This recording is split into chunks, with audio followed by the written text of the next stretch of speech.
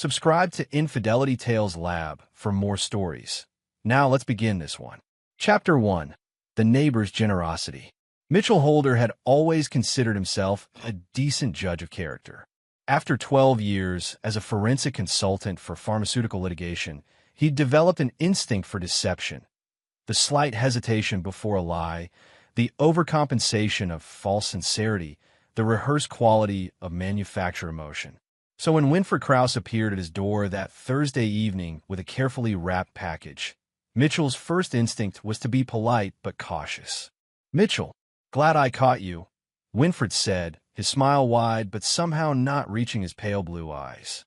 The man was in his early 50s, rail-thin, with prematurely white hair that he kept meticulously combed. He'd moved into the house 3 doors down about 8 months ago, and while he'd been neighborly enough, waving from his porch, making small talk about the weather, there was something Mitchell could never quite pin down that made him uncomfortable. "Winfred, hey," Mitchell replied, keeping his body in the doorway. From inside, he could hear his wife Christine laughing at something their daughter Maya was saying. Thursday nights were sacred in the Holder household. Family dinner, no phones, no distractions. "I won't keep you. I know it's dinner time." Winfred thrust the package forward. It was wrapped in butcher paper, tied with twine, condensation already forming on the outside. "I've got a buddy who runs a specialty butcher shop upstate. Dry ages beef in a climate-controlled room, the whole 9 yards. He gave me 2 porterhouses, and I thought, who better to share this with than my neighbors?" Mitchell accepted the package reflexively, feeling the cold weight of it in his hands. "That's very generous of you, Winfred. You didn't have to do that." "Nonsense. We're neighbors, Mitchell. Besides, a cut like this deserves to be enjoyed by someone who'll appreciate it." Winfred's smile widened. "That's a 45-day aged beauty right there. Cost my buddy $300 for the pair. Just season it with salt and pepper, sear it in a cast iron. You'll think you died and went to heaven." Something about the way Winfred said died made Mitchell's skin prickle, but he pushed the feeling aside. "Well, thank you, Christine, and I will enjoy it this weekend." "You do that." Winfred was already backing away, that unsettling smile still fixed in place. "Oh, and Mitchell, don't overcook it. Rare to medium rare is the only way to eat a steak like that.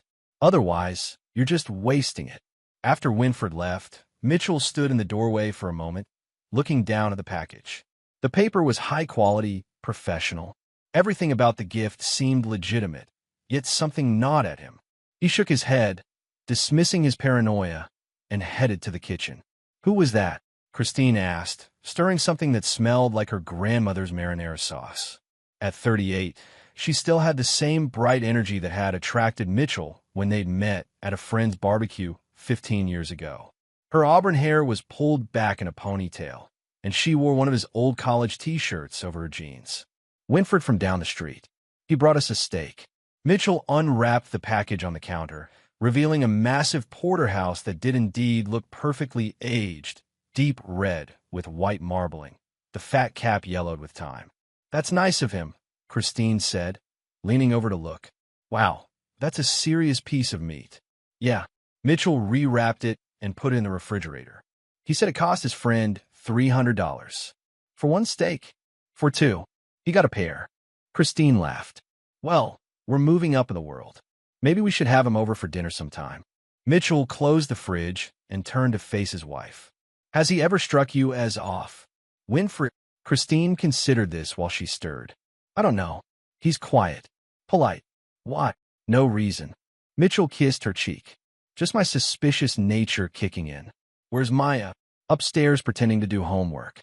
Probably texting Derek." Mitchell groaned.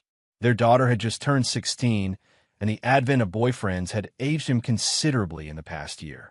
"I'll get her." That night, after Maya had gone to bed and Christine had fallen asleep reading, Mitchell found himself standing in the kitchen, staring at the refrigerator. The house was quiet except for the hum of the appliance and the distant sound of a car passing on the street. He opened the fridge and looked at the wrapped steak again. It looked perfect, but something was wrong. He'd built his career on trusting his instincts, on the subtle wrongness that indicated fraud or deception. and every instinct he had was screaming at him about this steak. Mitchell pulled out his phone and did something he rarely did. He Googled Winfred Krause. The search results were sparse. A LinkedIn profile that listed him as retired, with a background in pharmaceuticals and chemical engineering. No social media presence. No photos except the generic LinkedIn headshot. He narrowed the search, adding pharmaceuticals and their city name. Nothing relevant. He tried chemical engineer and got pages of irrelevant results. Then, on a whim, he added lawsuit to the search. The third result made his blood run cold. It was a news article from 7 years ago, archived from a local paper in Oregon. Former chemist settles lawsuit after lab incident. He clicked through, and there was Winfred's face, younger but unmistakable. The article was vague on details, citing proprietary concerns, but it mentioned that Winfred Krause had been let go from a pharmaceutical testing facility after irregularities were discovered in his research protocols. The company had settled with 3 families for undisclosed amounts. Mitchell's hands were shaking as he searched for more information, but there was nothing else. The story had been buried, likely as part of the settlement agreement. But it was enough. He closed his laptop and stared at the refrigerator again. What had Winfred Krause put in that steak? Chapter 2. The Butcher's Eye. Friday morning arrived with Christine's father, Dave Richardson, making his weekly surprise visit. At 72, Dave was still robust and sharp. A former butcher who'd owned Richardson's Meats in downtown Philadelphia for 40 years before selling it and retiring to Florida. But he couldn't stay away from his daughter and granddaughter, so every few months he'd fly up and spend a week or 2 at their house, driving Christine crazy with his insistence on reorganizing their kitchen and critiquing Mitchell's grilling technique. "Pop!" Christine hugged her father at the door while Mitchell came downstairs, still knotting his tie. He had a meeting with a client at 10, but he was glad to see Dave.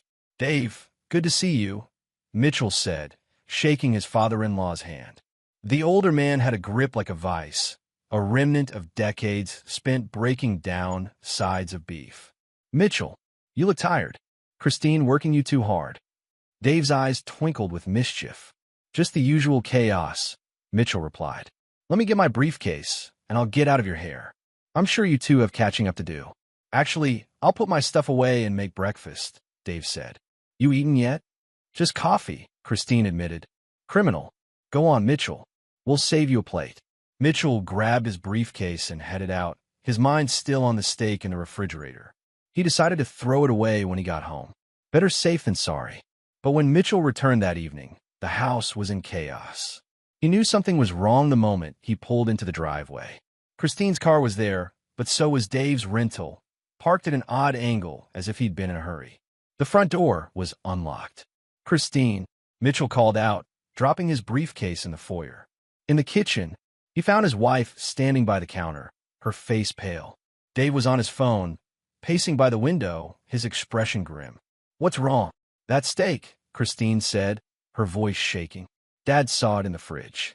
Mitchell looked at Dave, who just ended his call. The older man's face was set in hard lines, his jaw clenched. "Mitchell, I need you to listen to me very carefully," Dave said. "We need to get Christine and Maya out of this house. Now." "Dad, what are you?" "Now, Mitchell." Dave's voice cracked like a whip. "Get them out. We're going to the police station." Mitchell had never seen his father-in-law like this. Not angry, but afraid.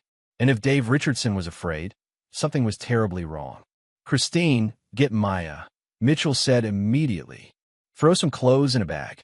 We're leaving." "Mitchell, do it." 15 minutes later, they were in 2 cars heading toward the police station. Dave had insisted on bringing the steak, which he'd wrapped in multiple layers of plastic bags and put in a cooler. Maya sat in the back of Mitchell's car, confused and frightened, while Christine made phone calls trying to figure out what was happening. At the station, Dave asked for Detective Colin Page, apparently someone he'd called during Mitchell's drive home. Page was a solid-looking man in his 40s with close-cropped hair and the watchful eyes of someone who'd seen too much. "Dave Richardson," Page said, shaking the older man's hand. "It's been a while. Colin, thanks for seeing us on short notice.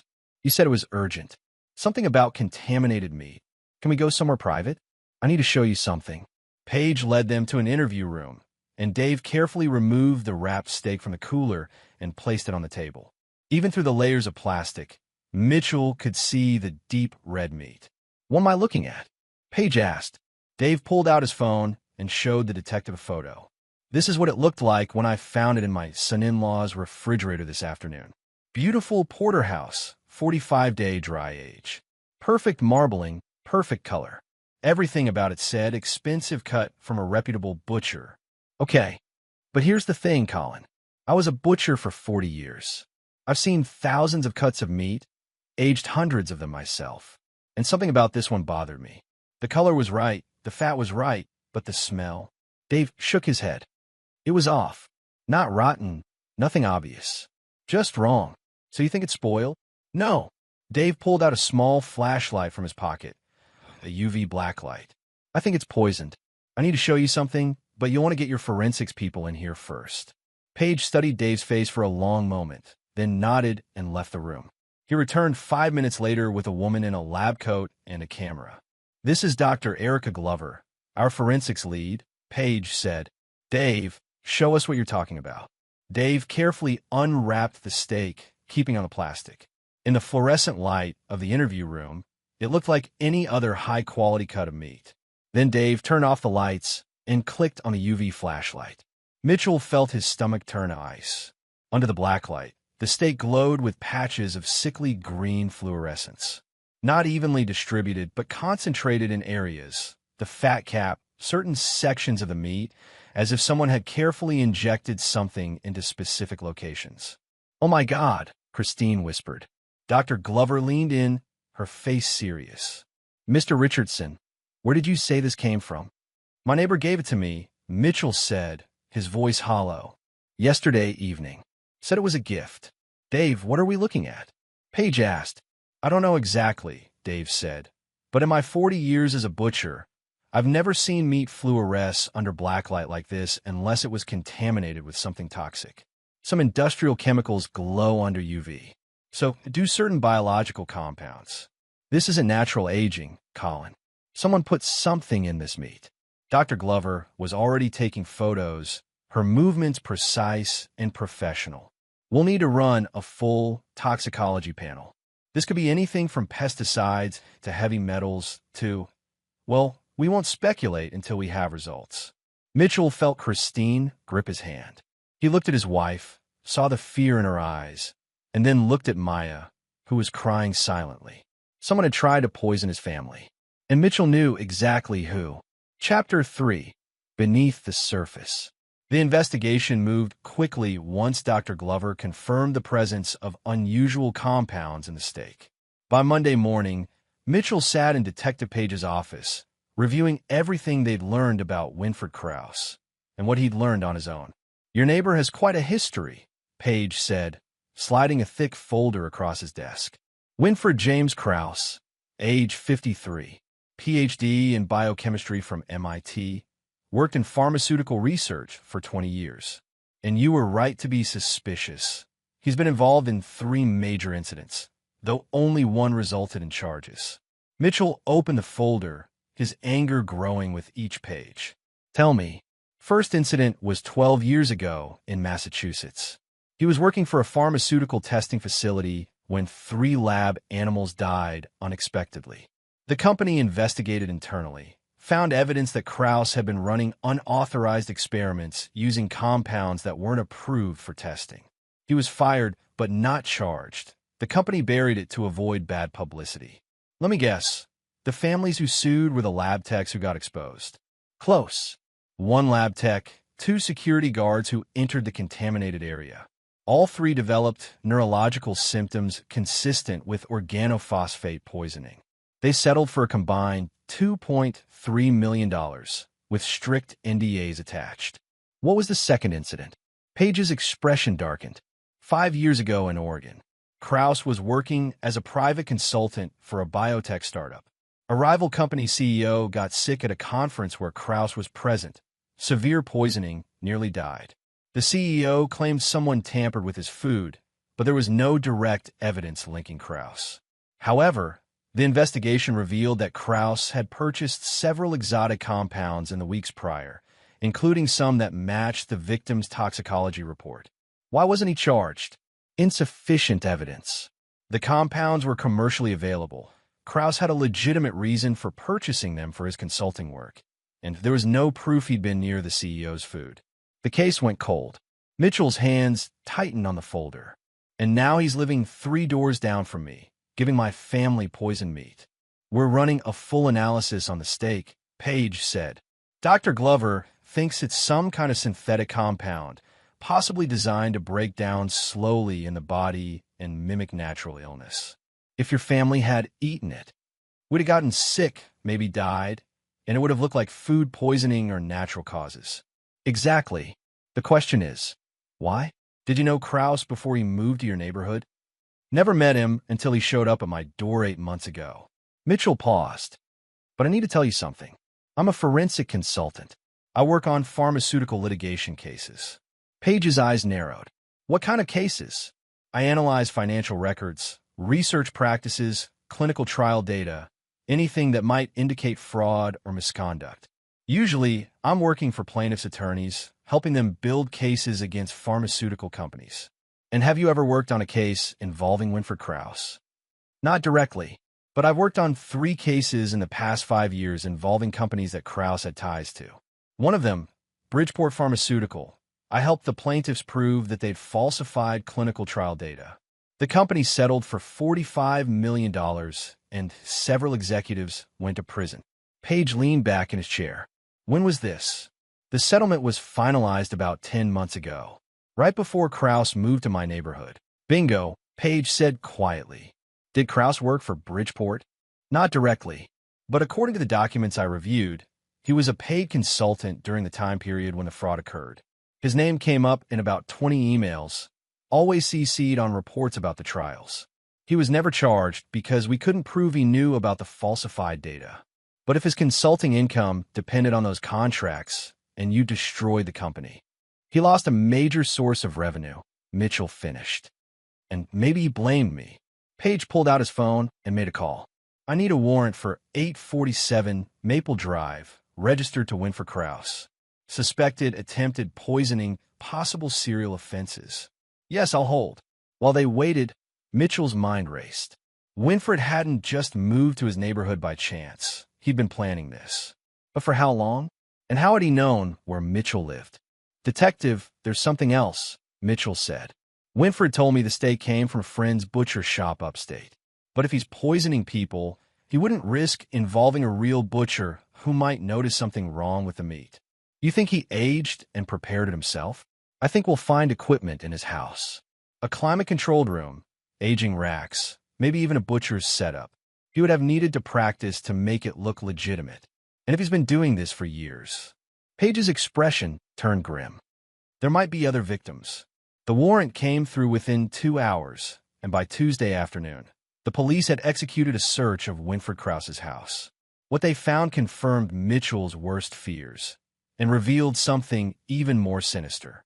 Mitchell sat with Christine in their living room while Detective Page and Dr. Glover briefed them. Dave had taken Maya to a friend's house, keeping her away from the details. We found a fully equipped meat-aging facility in his basement, Dr. Glover began.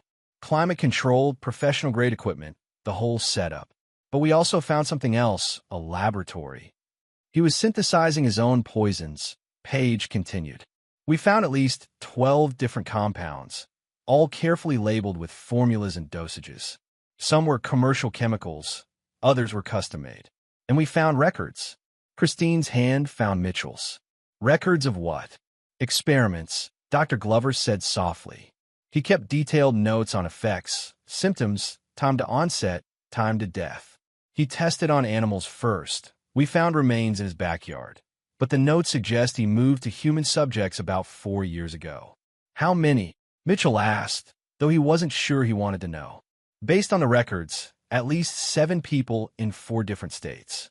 All were rivals, competitors, or people he blamed for professional setbacks. He was methodical, patient.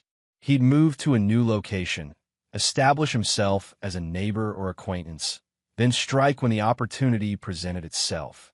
The steak, Christine said, her voice shaking. That was his method. One of them. He also used contaminated wine, poisoned chocolate scent as gifts, even modified supplements. The steak was his latest innovation. He perfected a slow-acting neural toxin that breaks down body temperature, making it almost undetectable post-mortem. Your father's knowledge and that UV light saved your lives. Mitchell felt rage building in his chest, cold and controlled. Where is he now? That's the problem, Paige said. He's missing. He must have known we were coming. We've issued a warrant for his arrest, but he's gone to ground. His phone is off, his car is gone, and we've alerted all the neighboring states. He's going to run, Mitchell said. He has to know you found everything. We have the evidence to convict him 100 times over, Paige assured him. But first, we have to find him. Mitchell stood and walked to the window, looking down the street toward Winfred's house. It sat empty now, police tape across the door. But somewhere out there, Winfred Krause was free, and as long as he was, Mitchell's family wasn't safe. And Mitchell had no intention of waiting for the police to find him. That night, alone in his office while Christine slept upstairs, Mitchell opened his laptop and began to work. He'd spent 12 years tracking money, finding patterns in data, uncovering connections that others missed. Winfred Krause might be a brilliant chemist and a careful killer, but he'd made one critical mistake. He'd targeted a man who knew how to hunt through information and find the truth.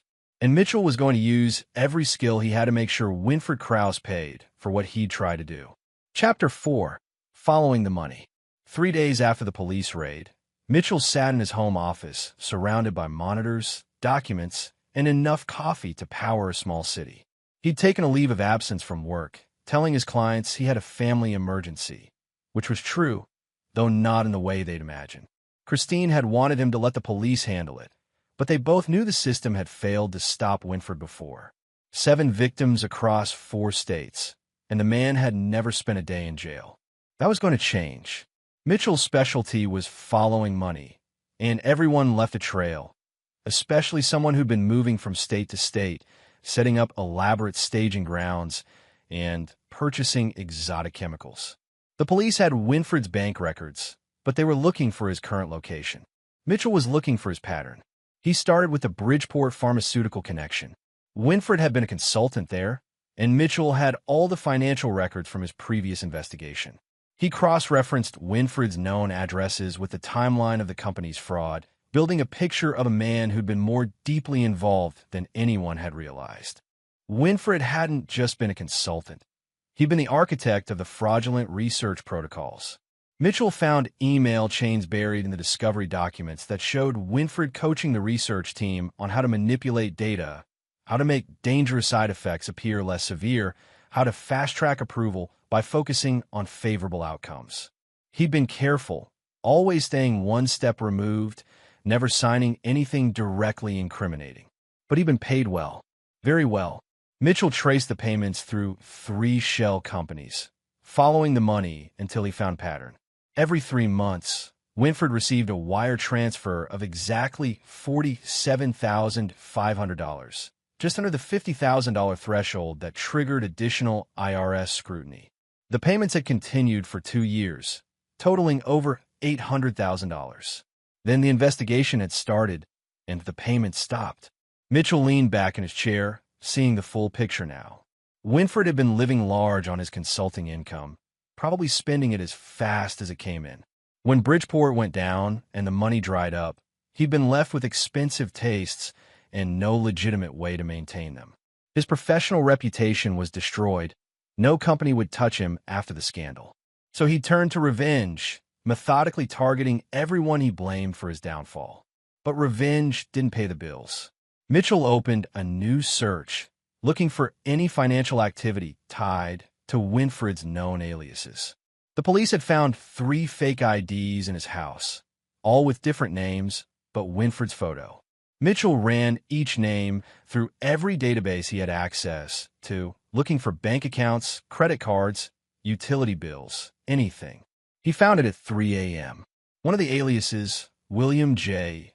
Kramer, had a credit card that was still active. The police had missed it because the card was registered to an address in Nevada, and they'd been focusing on local accounts. But Mitchell's software flagged it because of a single unusual transaction, a payment to a storage facility in Delaware, made just 2 days after the police raid. Delaware, less than 3 hours away. Mitchell pulled up the storage facility's information and found something interesting. It was a climate-controlled, high-security facility that specialized in long-term storage. The kind of place where someone might keep important documents, backup equipment, or emergency supplies. The kind of place where someone planning to disappear might have a backup plan. Mitchell grabbed his phone and called Detective Page. It was 3 a.m., but he didn't care. "This better be important." "Holder," Page answered, his voice groggy. "I found him. Or at least, I found where he's been preparing his escape." Mitchell heard rustling. Then Page's voice became sharper. "Talk to me." "Storage facility in Delaware. Unit rented under one of his aliases. The credit card shows he's been paying for it for 3 years, long before he moved to our neighborhood. He's been planning this, Detective. He has a bolt hole ready. Address?" Mitchell rattled it off. "But there's more. I went back through his pattern of movements, and I found something. After each of his previous attacks, he didn't just disappear randomly. He moved to very specific locations, always in states with minimal professional licensing requirements for consultants, always in areas with low police presence, but good access to major cities. He's been following a playbook." "Exactly. And based on the pattern after Delaware, he'll head south, probably North Carolina or Georgia, somewhere he can establish a new identity and start over. Or find his next victim," Page said grimly. "I'll have Delaware police check out that storage unit first thing in the morning." "Don't wait," Mitchell said. "If he's still in the area, he might be planning to access it soon. And Detective, I want to be there when you find him." "Mitchell, he tried to murder my family. I have a right to see him caught." It was a long pause. "I'll call you when we're moving. But you stay back and let us handle the arrest, understood?" "Understood." Mitchell hung up and sat back, feeling his heart racing. They were close now. He could feel it. But as he stared at the screens, showing Winfred's pattern of movement, a cold realization crept over him. Winfred was smart, methodical, and had been planning his escape for years. He wouldn't just run to Delaware and hope for the best. He'd have contingencies, backup plans, maybe even one final act before he disappeared. Mitchell stood and walked down the hall to Maya's room. He opened the door quietly and watched his daughter sleeping, her phone still clutched in her hand. Then he went to the master bedroom and watched Christine sleep, her face peaceful and untroubled. Winfred had wanted to take this from him, had wanted to poison them slowly, make them suffer, destroy his family as revenge for destroying Winfred's career. Mitchell made a decision then. He wasn't just going to help the police catch Winfred. He was going to make sure Winfred paid for every victim, every life he destroyed or ended. And he was going to use what he knew best, finding the truth and exposing it, to ensure Winfred never hurt anyone again. Chapter 5. The Trap Within a Trap. The Delaware storage facility was exactly what Mitchell expected. A sprawling complex of climate-controlled units behind 2 layers of security fencing. Detective Page had coordinated with local police, and they'd assembled a small team for what they hoped would be a simple evidence recovery. Mitchell watched from Page's unmarked car as officers in tactical gear approached Unit 247. It was early morning, the sun just beginning to rise, and there were no other vehicles in the lot. According to the facility manager, the unit hadn't been accessed in 3 days. "It's clean," one of the officers called out after checking for alarms or traps. They cut the lock and rolled up the door. Mitchell saw Page's expression change immediately. "What the hell?" They approached the unit, and Mitchell felt his stomach drop. The space was empty except for a single metal table in the center. On the table sat a laptop computer, powered on, its screen glowing in the dim light of the unit. "Don't touch it," Detective Page ordered. "Get the tech team up here." But Mitchell was already reading the message displayed on the screen, visible even from outside the unit. "Hello, Mitchell. I wondered how long it would take you to find this. Quite impressive. Shall we talk?" Below the message was a video call interface, showing a live feed. And in that feed, sitting in what appeared to be a hotel room, was Winfred Krause. "Son of a bitch," Page muttered. "He's been waiting for us." He's been waiting for me, Mitchell corrected. Before Page could stop him, he walked into the unit and stood in front of the camera. Winfred's face filled the screen, that same unsettling smile he'd worn when delivering the poisoned steak. Mitchell, right on time. I must say, I'm impressed. I expected the police to find this eventually, but I thought it would take them weeks, not days. You've been busy. Where are you, Winfred? Now, where's the fun in telling you that? But I did want to congratulate you. You destroyed my life very thoroughly, more thoroughly than I'd expected. I'd worked with Bridgeport for 5 years, helped them build their entire research division. And you came along and dismantled it all in 6 months. You helped them falsify clinical trials. People die because of drugs that should never have been approved. People die every day, Mitchell. That's the nature of pharmaceutical research. Risks and rewards, costs and benefits. But you couldn't see that, could you? You had to be the hero, the crusader for justice. Winfred's smile widened. So I decided to teach you about costs and benefits. Your life for mine. Your family's suffering for my lost career. The police have everything, Winfred. Your lab, your records, evidence of 7 murders. You're done. Am I? Winfred leaned forward, his eyes glittering. Did you really think I'd keep all my materials in one place? That laptop you're looking at contains encrypted files, files that will automatically upload to various law enforcement agencies in... He glanced at a watch, approximately 6 hours. Files that detail not just my work, but the work of others in the pharmaceutical industry. Fraud you've never uncovered, trials you've never investigated, deaths that have been quietly buried. Mitchell felt Page move up beside him. What's your endgame, Krause? Detective Page, I presume? My endgame, as you call it, is simple. I disappear, Mitchell Holder learns what it's like to lose everything, and the pharmaceutical industry gets exposed for what it truly is. Everyone wins. Or rather, everyone loses. We'll find you, Mitchell said quietly. Will you? I've been planning this for 3 years, Mitchell. I have resources you can't imagine, identities you'll never trace, and a very comfortable future ahead of me. But I wanted you to know one thing before I go. You didn't save your family. You just delayed their pain. The screen went black. Mitchell stared at the dead monitor, then turned to Page. Trace it. Now. Already on it, Page said, phone to his ear. But 15 minutes later, the tech team confirmed what Mitchell had suspected. The call had been routed through multiple VPN servers across 3 continents. Winfred could have been anywhere. They brought the laptop back to the forensics lab, where Dr. Glover and her team began carefully analyzing it. The files Winfred had mentioned were indeed there, heavily encrypted, with a timer counting down.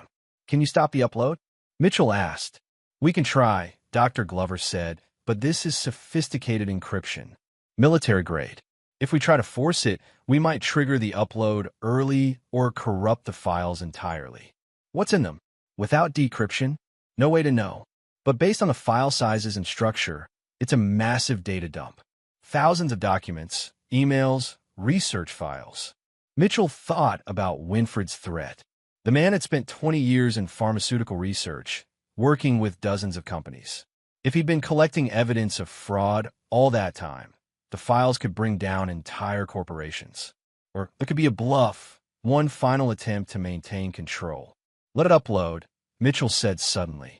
Everyone turned to stare at him. Are you insane? Page asked.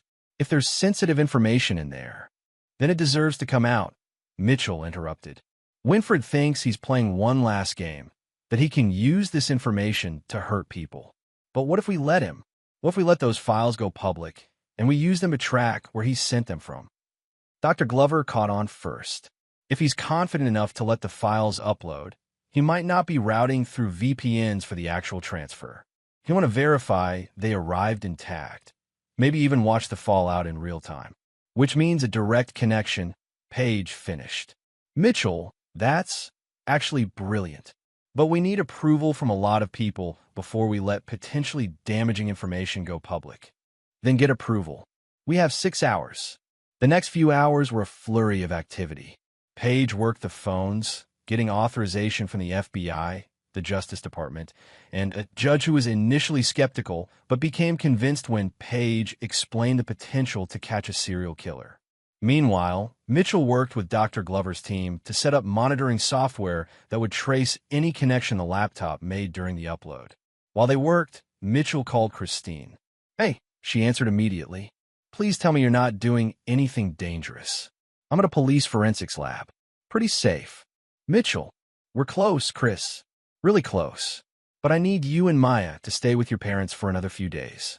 Don't go back to the house. Don't go anywhere predictable. You think he'll come after us again? I think he's desperate, and desperate people do unpredictable things. Just please, humor me. Okay, but Mitchell, be careful. I didn't marry you so I could raise Maya alone. I promise. I love you. Love you too." When the timer hit 0, they were ready. The laptop began uploading files to a dozen different servers: FBI, local police departments, news agencies, and watchdog organizations. As predicted, Winfred was confident enough in his encryption-breaking abilities and the chaos the information would cause that he'd established a direct connection to monitor the upload. And that connection led them straight to him. "Got him," the FBI tech specialist said. "Hotel in Charleston, South Carolina. Room 614. Detective Page was already on the radio. "Charleston PD, we need immediate assistance." But Mitchell was looking at the list of files being uploaded, and something caught his eye. One folder was labeled Backup Contingencies, and it was significantly larger than the others. He clicked on it, and his blood ran cold. It was a target list. 12 names, 12 addresses, 12 detailed profiles. And at the top of the list were his own name, Christine's, and Maya's. But there were 9 other names, people he'd never heard of, spread across 8 states. Each profile included photos, daily routines, work schedules, and family information. And next to several of the names were check marks. These were Winfred's future victims. People he'd researched, people he planned to target if he escaped. "Detective," Mitchell called out, his voice tight. "We need to contact these people. Right now. 9 of them, all potential targets." Page looked at the list and swore. "Give me the FBI field offices in each of these states. Move." While police coordinated with authorities across the country to protect Winfred's potential victims, Mitchell stared at the profiles and felt a cold rage settle over him. This wasn't just revenge anymore. Winfred was a predator who'd carefully selected his next targets. People who'd wronged him, competed with him, or simply been in his way. And he planned to continue killing for years. The Charleston arrest team reported in 15 minutes later. The hotel room was empty. Winfred had left less than an hour before they arrived. Probably alerted by surveillance he'd set up to watch for police activity. But they found his laptop still uploading files, and on the desk, another message, this one handwritten. Detective Page read it aloud over the phone. "We're getting warmer, Mitchell, but you'll never get close enough. Enjoy the files. Consider them my gift to the public good. And say goodbye to your peaceful life. You've just made a very powerful enemy." Mitchell closed his eyes, feeling the weight of the hunt pressing down on him. Winfred was always one step ahead, always planning, always thinking 3 moves in advance. But he'd made one mistake. He'd shown Mitchell his pattern, and Mitchell was very, very good at finding patterns. Chapter 6: The Convergence. 2 weeks after the Charleston near miss, Mitchell had transformed his home office into something resembling a conspiracy theorist war room. Maps covered one wall, marked with pins showing Winfred's known locations, storage facilities, and potential targets. 3 monitors displayed constantly updating searches, tracking credit card transactions, vehicle registrations, and property records under every alias they'd identified. Detective Page visited regularly, keeping Mitchell informed of the official investigation while grudgingly admitting that Mitchell's financial forensics had uncovered more leads than the entire police network. The FBI had joined the manhunt, classifying Winfred as a serial killer and potential domestic terrorist after analyzing the files he'd released. Those files had been devastating. Winfred's documentation had exposed fraud at 17 pharmaceutical companies, leading to congressional hearings, criminal investigations, and billions in settlements. Mitchell's name was all over the news as the consultant who'd initially exposed Bridgeport Pharmaceutical, the investigation that had apparently pushed Winfred Krause over the edge. The media attention had forced Mitchell to move his family to a secure location, a rental house in the suburbs under Dave's name, with private security that Mitchell paid for with money he didn't really have. Christine had stopped asking when this would end. Maya had nightmares. But Mitchell was close. He could feel it. The break came on a Tuesday evening. Mitchell had been analyzing Winfred's past movements, specifically the gaps between his known locations, periods where he seemed to disappear for weeks at a time. Most investigators assumed these were times when Winfred was traveling or hiding, but Mitchell saw something else. They were preparation periods, times when Winfred would establish his next identity, set up his next staging ground, and select his next victim. Mitchell had found 3 such locations that Winfred had abandoned: a rental house in Oregon, an apartment in Massachusetts, and a condo in Texas. The police had searched all of them after Winfred's identity was exposed, finding them empty except for basic furniture. Nothing useful, according to the reports. But Mitchell wasn't looking for evidence. He was looking for pattern. All 3 locations were near universities with strong chemistry programs. All 3 were in neighborhoods with high turnover rates where new residents wouldn't attract attention. And all 3 had been rented through property management companies that accepted cash deposits and didn't run thorough background checks. Mitchell expanded his search, looking for similar properties in states where Winfred hadn't yet established a presence. He cross-referenced them with universities, with locations near his potential targets, with areas that matched Winfred's preferences for climate and population density. He found 8 possible matches. Then he filtered by recent rental activity, properties that had been rented in the past month by cash-paying tenants with minimal documentation.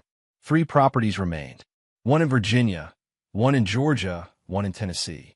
Mitchell pulled up property records for all 3, looking for anything unusual. The Virginia property was a dead end, rented by a family with kids, clearly legitimate. The Georgia property was possible, but the tenant had provided employment references that checked out. The Tennessee property was different. It was a small house on the outskirts of Knoxville, rented 4 weeks ago by someone named Wesley Kramer. Single occupant, no employment references required, 6 months rent paid in cash. The property management company's notes mentioned that the tenant was quiet and kept to himself. Mitchell pulled up satellite images of the property. It was isolated, surrounded by woods, with a detached garage that could easily hide a vehicle. The nearest neighbors were a quarter-mile away, perfect for someone who needed privacy for illegal activities. Mitchell grabbed his phone and called Paige. "I found him. You've said that before, Holder. This time I'm sure. Knoxville, Tennessee, 1547 Hollow Creek Road. Rented a month ago under another alias. All the hallmarks of his previous safe houses. I'll contact the Tennessee field office." "No," Mitchell interrupted. "If you send police, he'll run again. He's been watching for official responses, probably has alerts set up for any law enforcement activity in his areas. We need a different approach." "Mitchell, I can't authorize a civilian operation. I'm not asking for authorization. I'm telling you where he is. What you do with that information is up to you. But I'm going to Tennessee." "The hell you are. This man is a serial killer who targeted my family. I have as much right to see him caught as anyone."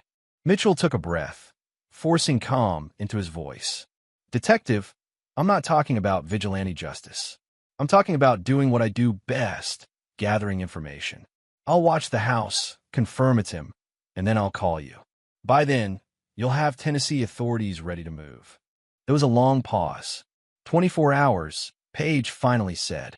"You go to Knoxville, you watch the house, and you call me the moment you have confirmation. But if you do anything, and I mean anything, that compromises the official investigation, I'll have you arrested for obstruction." "Clear. Crystal." Mitchell hung up and began packing. He told Christine he was following a lead, that he'd be gone for a day or 2, that he'd be careful. She didn't argue anymore. She'd learned that Mitchell wasn't going to stop until this ended. Dave, however, was a different story. "I'm coming with you," the older man said, appearing in Mitchell's office as he gathered his laptop and documents. "Dave, no. This could be dangerous. Exactly why you need backup. You're good with numbers, Mitchell, but you're not a fighter. I spent 6 years in the Marines before I became a butcher. I know how to handle myself. Mitchell studied his father-in-law. At 72, Dave was still solid muscle, with the kind of calm competence that came from real experience. And Mitchell had to admit, going alone to confront a serial killer wasn't the smartest plan. You stay in the car, Mitchell said finally. You're backup only. We're there to observe and confirm, nothing more. Agreed. They left that night, driving through darkness toward Tennessee.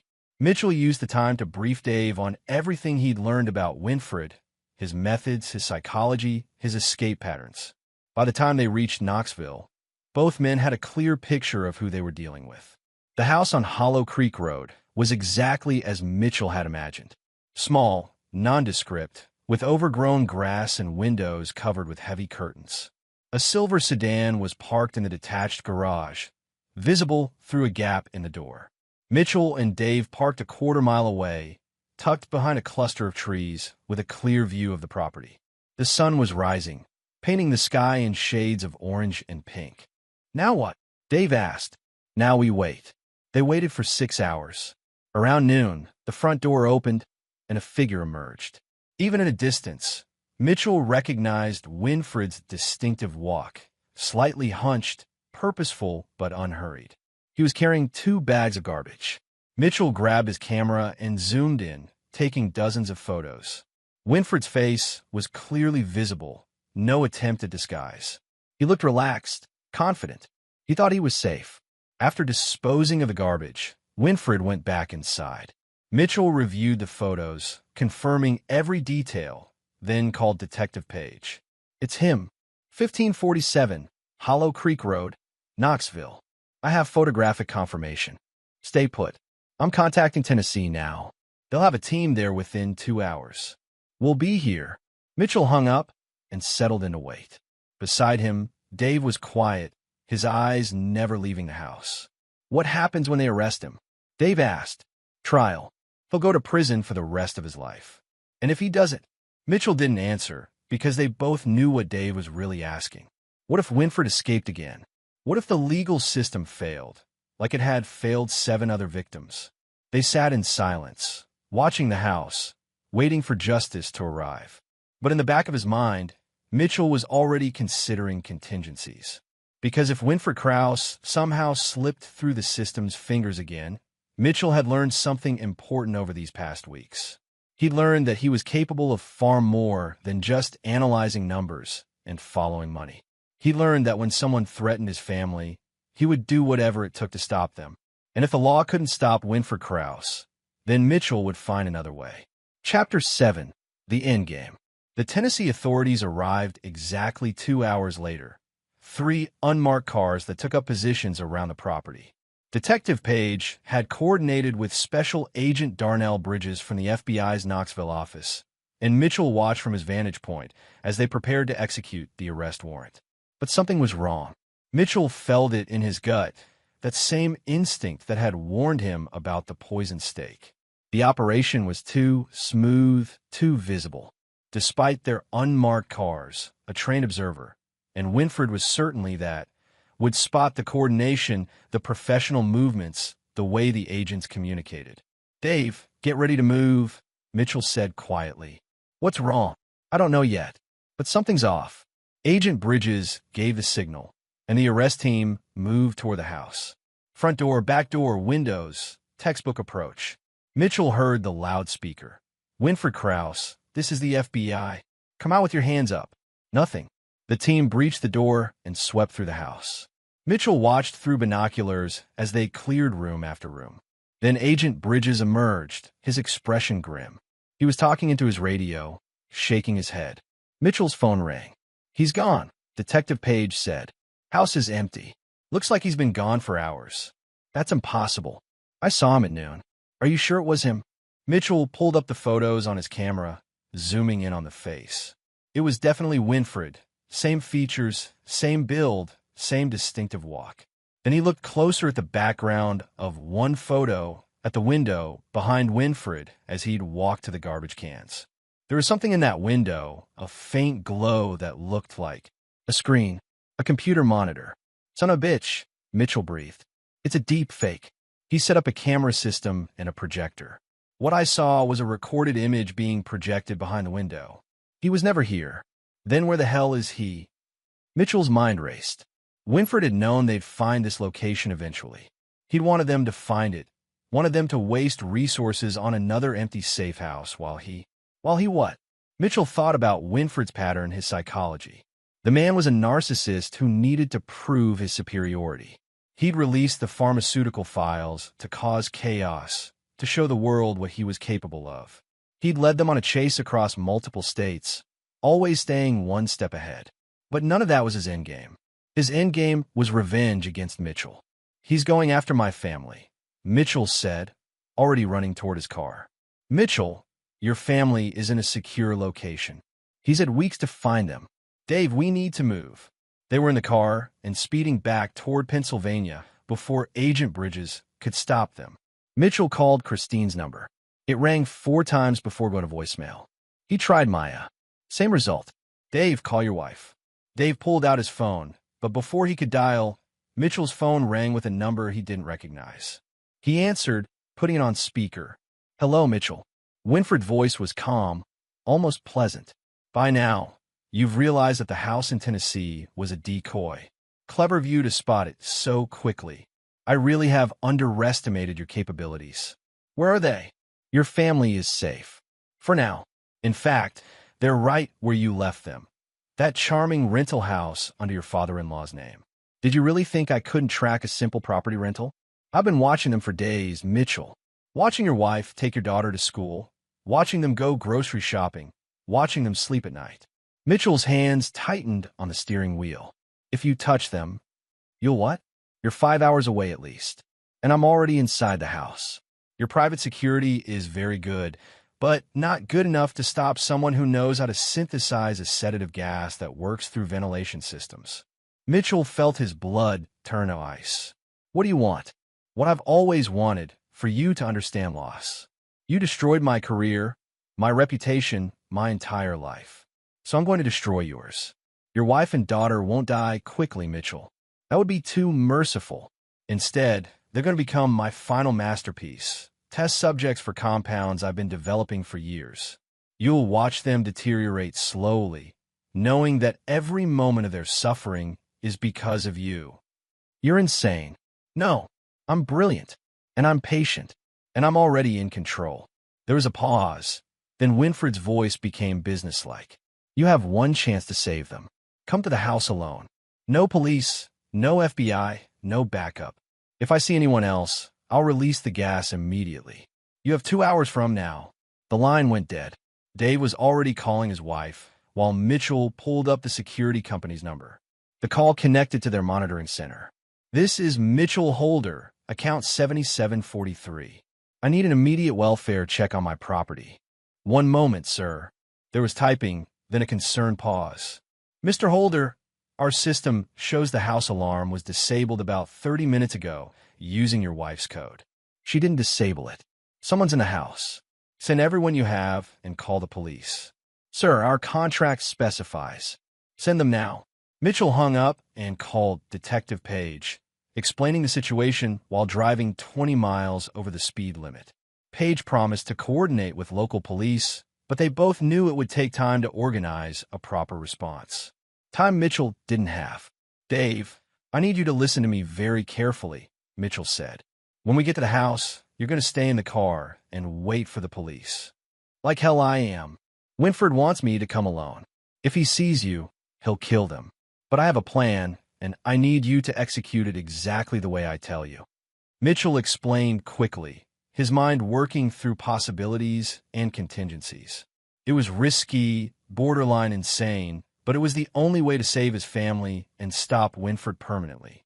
Dave listened, his face grim, then nodded. "It's your call. But Mitchell, don't die in there. Christine would kill me." They made the 5-hour drive in just under 4 hours, Mitchell's car screaming down highways and back roads. The sun was setting when they reached the neighborhood where the rental house sat quietly on a tree-lined street. Everything looked normal. A few neighbors walking dogs, kids playing basketball in a driveway, 2 houses down. The security company's vehicle was parked outside, 2 guards talking on their radios. Mitchell parked a block away and approached the guards. I'm Mitchell Holder, the homeowner. What's the situation? Mr. Holder, we've been trying to establish contact with your family, but there's no response.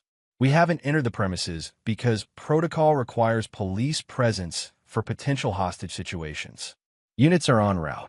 How long? 10 minutes, maybe 15. Too long. Winfred's deadline had passed 5 minutes ago. Mitchell looked at the house, a two-story colonial with a manicured lawn and large windows. The curtains were drawn, no movement visible. But somewhere inside, his wife and daughter were trapped with a serial killer. I'm going in, Mitchell said. Sir, I can't allow that. You can't stop me. It's my house. Mitchell started walking toward the front door. Mr. Holder, wait. But Mitchell was already on the porch. The door was unlocked. He turned the handle and stepped inside. The interior was dark, all the lights off. Mitchell's eyes adjusted slowly, making out the familiar furniture of the rental house. Sofa, chairs, the dining table where they'd shared meals over the past 2 weeks. Winfred, he called out. I'm here. Alone like you asked. Mitchell, punctual as always. The voice came from the living room. Mitchell followed it and found Winfred sitting in an armchair, a laptop open on his lap. The man looked older than his 53 years, his white hair disheveled, his eyes red-rimmed but sharp. In his hand was a device that looked like a modified smartphone. Where are they? Upstairs. Sleeping peacefully, thanks to my sedative gas. They'll wake up in a few hours with headaches, but no permanent damage. Winfred held up the device. Unless I press this button, in which case they'll breathe in a different compound, one that will cause irreversible neurological damage within minutes. Mitchell forced himself to stay calm. You said you wanted me to understand loss. Killing them doesn't accomplish that. No, but watching them become vegetables while you're helpless to stop it, that accomplishes it perfectly. Winfred smiled. However, I'm a sporting man. I'll give you a choice, Mitchell. You can save one of them, your wife or your daughter. You decide which one gets the antidote and the other doesn't. You're bluffing. You don't have any antidote, don't I? Winfred pulled out 2 syringes from his jacket, holding them up to catch the dim light. The compound I'm using is one of my own design, a neurotoxin that mimics the effects of prion disease. Without the antidote, it's fatal within 12 hours. With the antidote, full recovery. But I only made 2 doses, and one is for me, in case of accidental exposure. So you get to choose, Mitchell. Who lives? Mitchell looked at the syringes, at Winfred's mocking smile, at the device that could kill his family. Then he smiled. That's a good offer, Mitchell said. But I have a counter-proposal. Chapter 8, The Reckoning. Winfred's smile faltered. You're not in a position to negotiate. Or not. Mitchell pulled out his phone, holding it up so Winfred could see the screen. You see, while you've been sitting here waiting for me, I've been working. Do you know what I do for a living, Winfred? I find things people want hidden. Money, evidence, connections. And I'm very, very good at it. What's your point? My point is that I know everything about you now. Not just your past crimes, but your present situation. Your finances, for example. You've been living off a cache of cash you accumulated over the years. About $340,000 hidden in various accounts and physical locations. Except you only have access to about $90,000 of that now, because I had the FBI freeze your accounts and seize the cash you stashed in safe deposit boxes. Winfred's expression darkened. Irrelevant. I don't need money where I'm going. No. Then why did you wire $20,000 to a fake passport broker in Mexico 3 days ago? Why are there airline tickets purchased in your current alias for a flight to Cancun tomorrow morning? You're not here for revenge, Winfred. You're here because you're desperate. Your escape plan is falling apart, and you need one last big payday before you disappear. You have no idea. You were planning to blackmail me, Mitchell continued. Make me liquidate my assets, empty my bank accounts, all to save my family. Then you disappear with the money and release the toxin anyway, because that's who you are, someone who destroys things out of petty spite. Winfred stood up, his hand tightening on the device. Very clever. But none of that changes your situation. Your family is still upstairs, still breathing in low doses of my compound, and you still have no way to stop me. Actually, I do. Mitchell pressed a button on his phone. Dave now. Through the window, Mitchell saw his father-in-law appear from the side of the house, moving with surprising speed for his age. He was carrying something, a large canister with a hose attached. "What is that?" Winfred demanded, moving toward the window. "A carbon dioxide fire suppression system. The kind used in server rooms and laboratories." Mitchell smiled. Dave spent 30 years as a butcher, which means he knows all about refrigeration systems, gas pressures, and chemical properties. He's currently pumping pure CO2 into your ventilation system, which will disperse any gas you've released and make the air too oxygen-poor for combustion. Winfred spun back toward Mitchell, his face twisted with rage. "You're bluffing. That would kill everyone in the house, including you. Not if we have respirators." Mitchell pulled a compact, breathing mask from his jacket. "I had Dave bring 2 more for Christine and Maya. By the time the CO2 reaches dangerous levels, your toxin will be completely neutralized. Then I'll just release a higher dose." "With what?" Mitchell nodded toward the device in Winfred's hand. "That's just a remote trigger for ventilation system dispersal, right? But if the ventilation system is flooded with CO2, your dispersal system won't work. The gas you've prepared is heavier than air. It'll sink and become inert without proper airflow to carry it." Winfred stared at Mitchell, his hand trembling on the device. "You can't possibly know that. I'm a pharmaceutical consultant, remember? I've analyzed thousands of chemical compounds, reviewed hundreds of delivery systems. I know how toxins work, Winfred, and I know you're not nearly as smart as you think you are." For a moment, they stood in silence, the air in the house becoming noticeably cooler as CO2 flooded the ventilation system. Mitchell could hear sirens in the distance, the police finally arriving. Then Winfred laughed, a harsh, desperate sound. "You magnificent bastard. You actually beat me." "Not yet." Mitchell took a step forward. "Put down the device and the syringes. It's over." "Is it?" Winfred's expression changed, becoming calm, almost peaceful.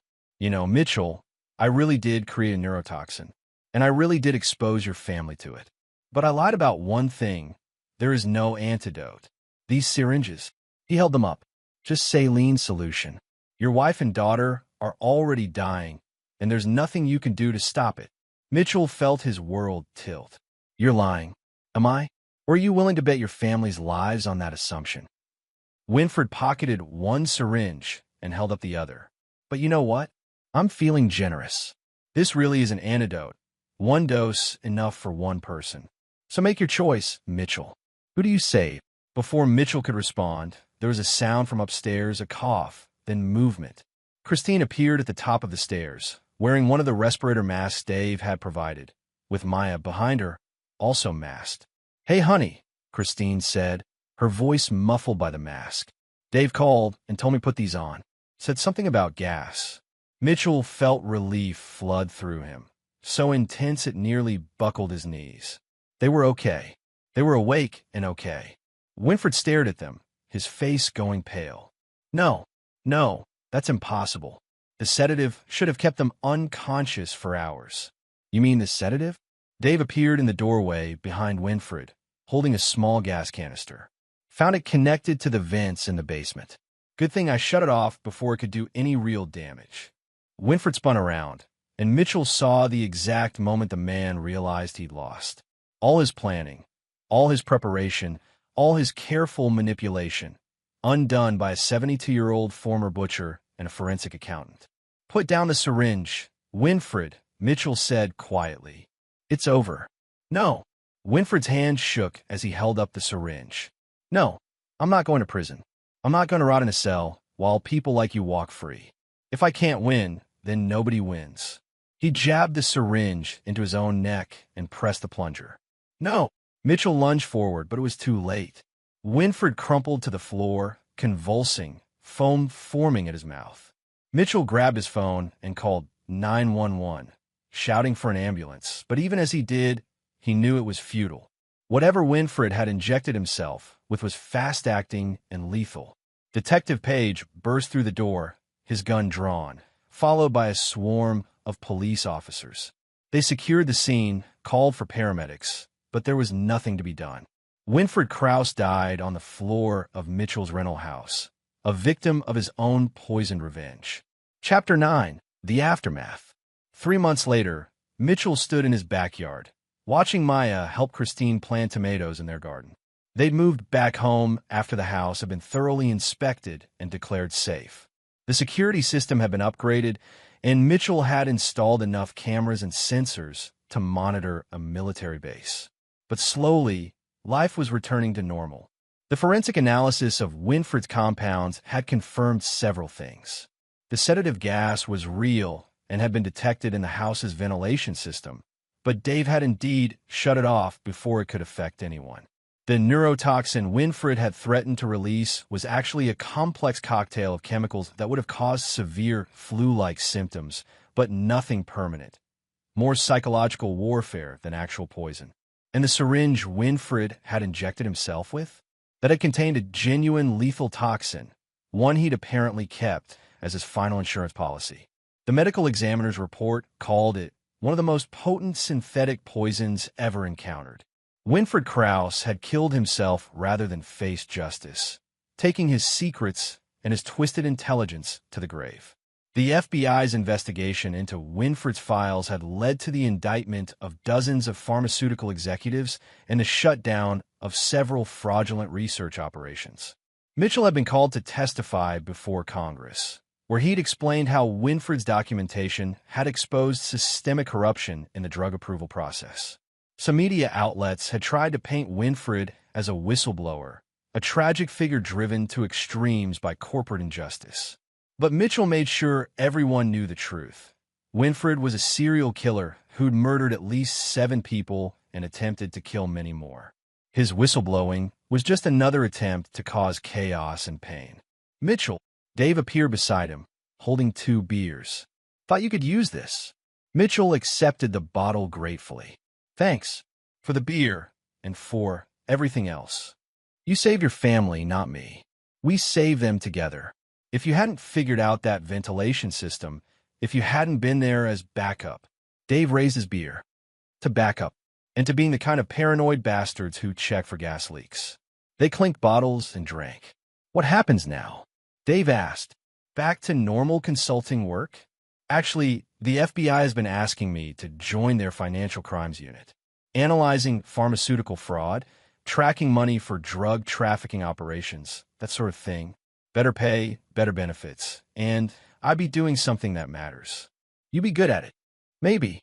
Christine's not sure about me working with law enforcement full-time. Says she's seen enough police activity to last a lifetime. Can't blame her. Dave watched his daughter and granddaughter laughing together. But I'll tell you something, Mitchell.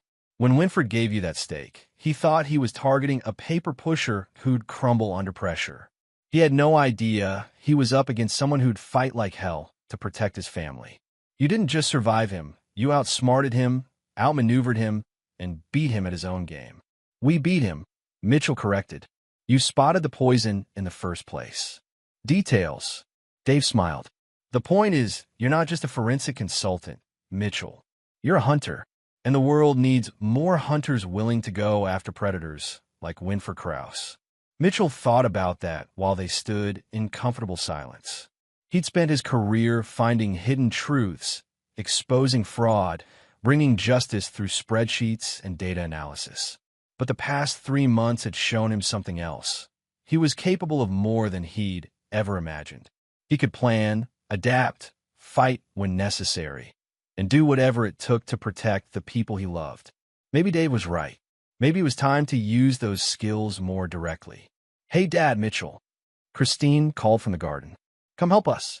Maya wants to plant peppers, and I'm vetoing that idea. Why? I like peppers. Maya protested. Because last year you planted peppers, and we had so many that I was finding them in the freezer until March. Mitchell laughed and headed toward his family, Dave beside him. Behind them, the house stood solid and safe, no longer tainted by the threat that had nearly destroyed them. Winfred Krause had wanted to teach Mitchell about loss and suffering. Instead, he'd taught Mitchell something far more valuable, that he was capable of protecting his family against any threat, no matter how intelligent or dangerous. and that when pushed to the edge, Mitchell Holder would push back twice as hard. As he reached Christine and Maya, pulling them both into a hug while they laughed and protested, Mitchell made a silent promise. He'd never forget how close he'd come to losing everything. He'd never take his family's safety for granted. And if another predator ever threatened them, he'd be ready. Because he'd learned something important about himself over these past 3 months. He was done being prey. From now on, he was the hunter. Epilogue. 6 months after Winfred's death, a package arrived at Mitchell's new FBI office. Inside was a thumb drive and a handwritten note. Mitchell Holder, my name is Eddie Gibbs. You don't know me, but I know you. I was one of the 12 names on Winfred Krause's target list. Someone he planned to kill after he was done with you. Thanks to your quick thinking, the FBI contacted me before anything could happen. They've been helping me relocate and start over. But I wanted you to know something. On this drive is information about 3 other people like Winfred, brilliant, vindictive, and completely willing to destroy lives for revenge. I've been researching them for years as part of a personal project. Now I'm passing that research to you because I think you're the only person who can stop them. The world needs someone willing to hunt the hunters. I hope you'll consider it. E.g., Mitchell inserted the thumb drive into his computer and began to read. 3 names, 3 locations, 3 people who'd escaped justice and were actively planning to harm others. Mitchell sat back in his chair, thinking about Dave's words. You're a hunter. He looked at the information on his screen, at the evidence of ongoing threats, at the opportunity to stop 3 more predators before they could destroy more lives. Then he picked up his phone and called Detective Page. Colin, it's Mitchell.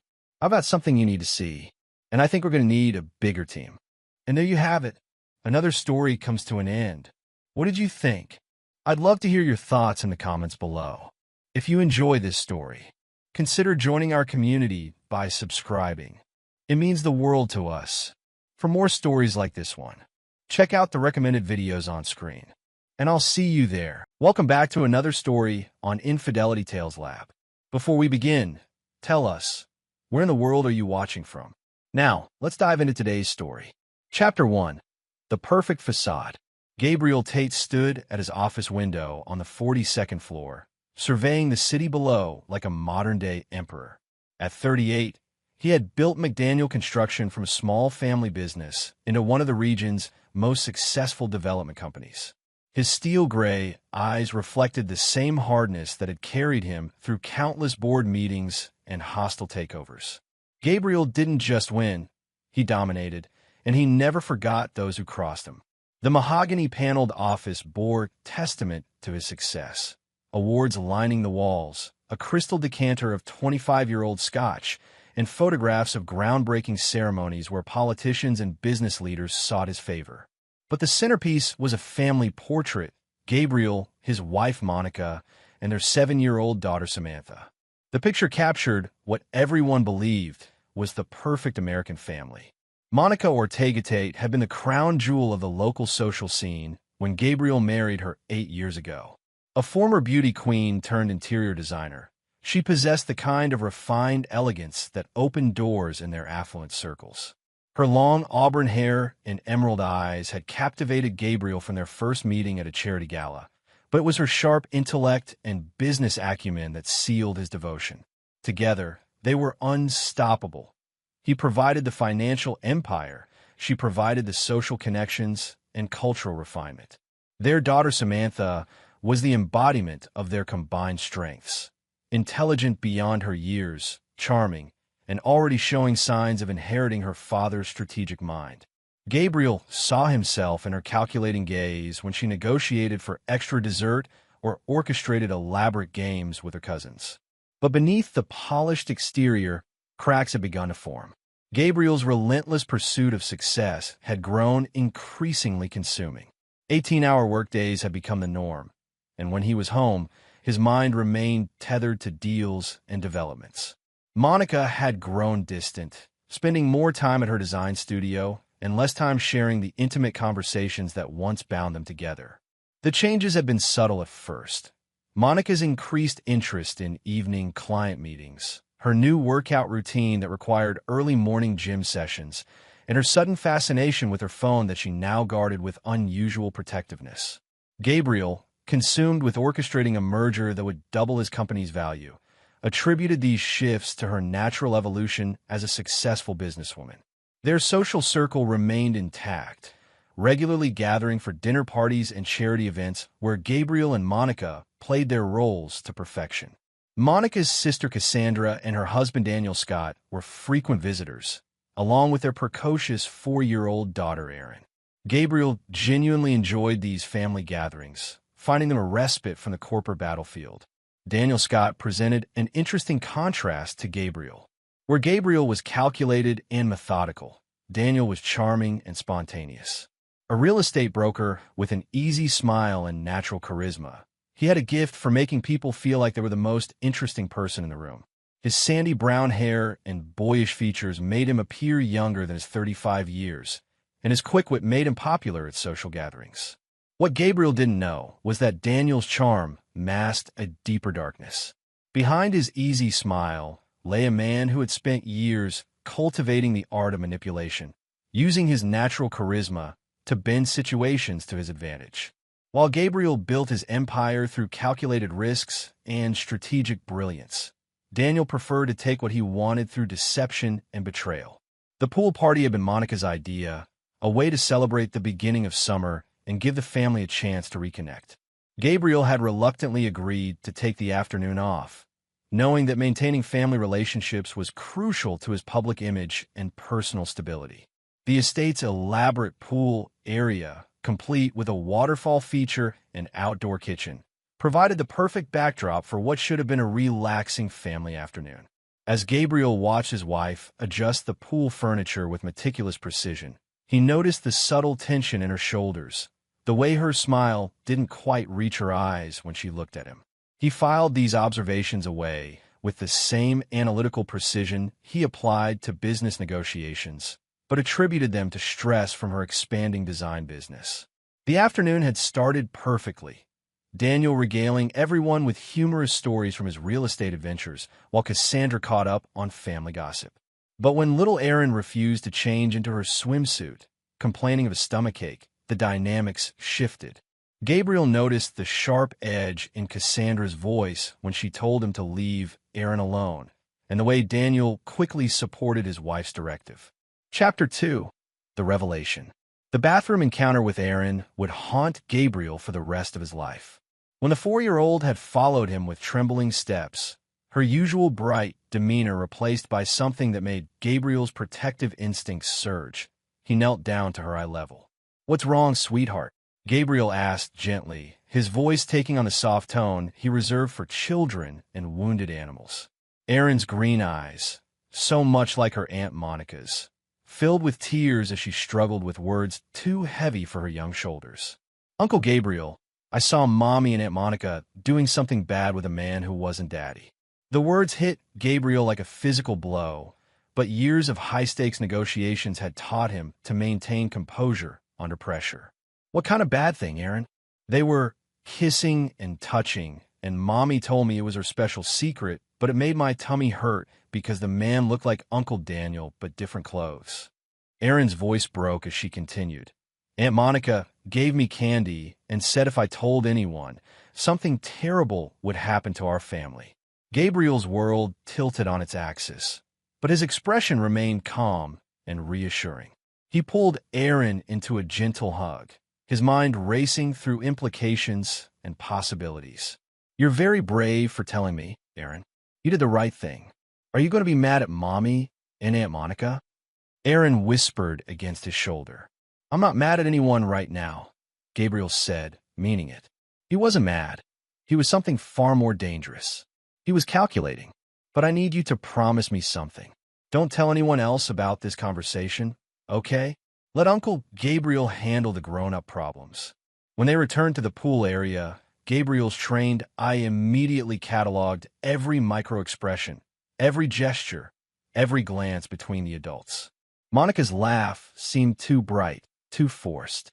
Daniel's jokes carried an undercurrent of nervous energy. Cassandra's protective stance around Erin suddenly made perfect sense.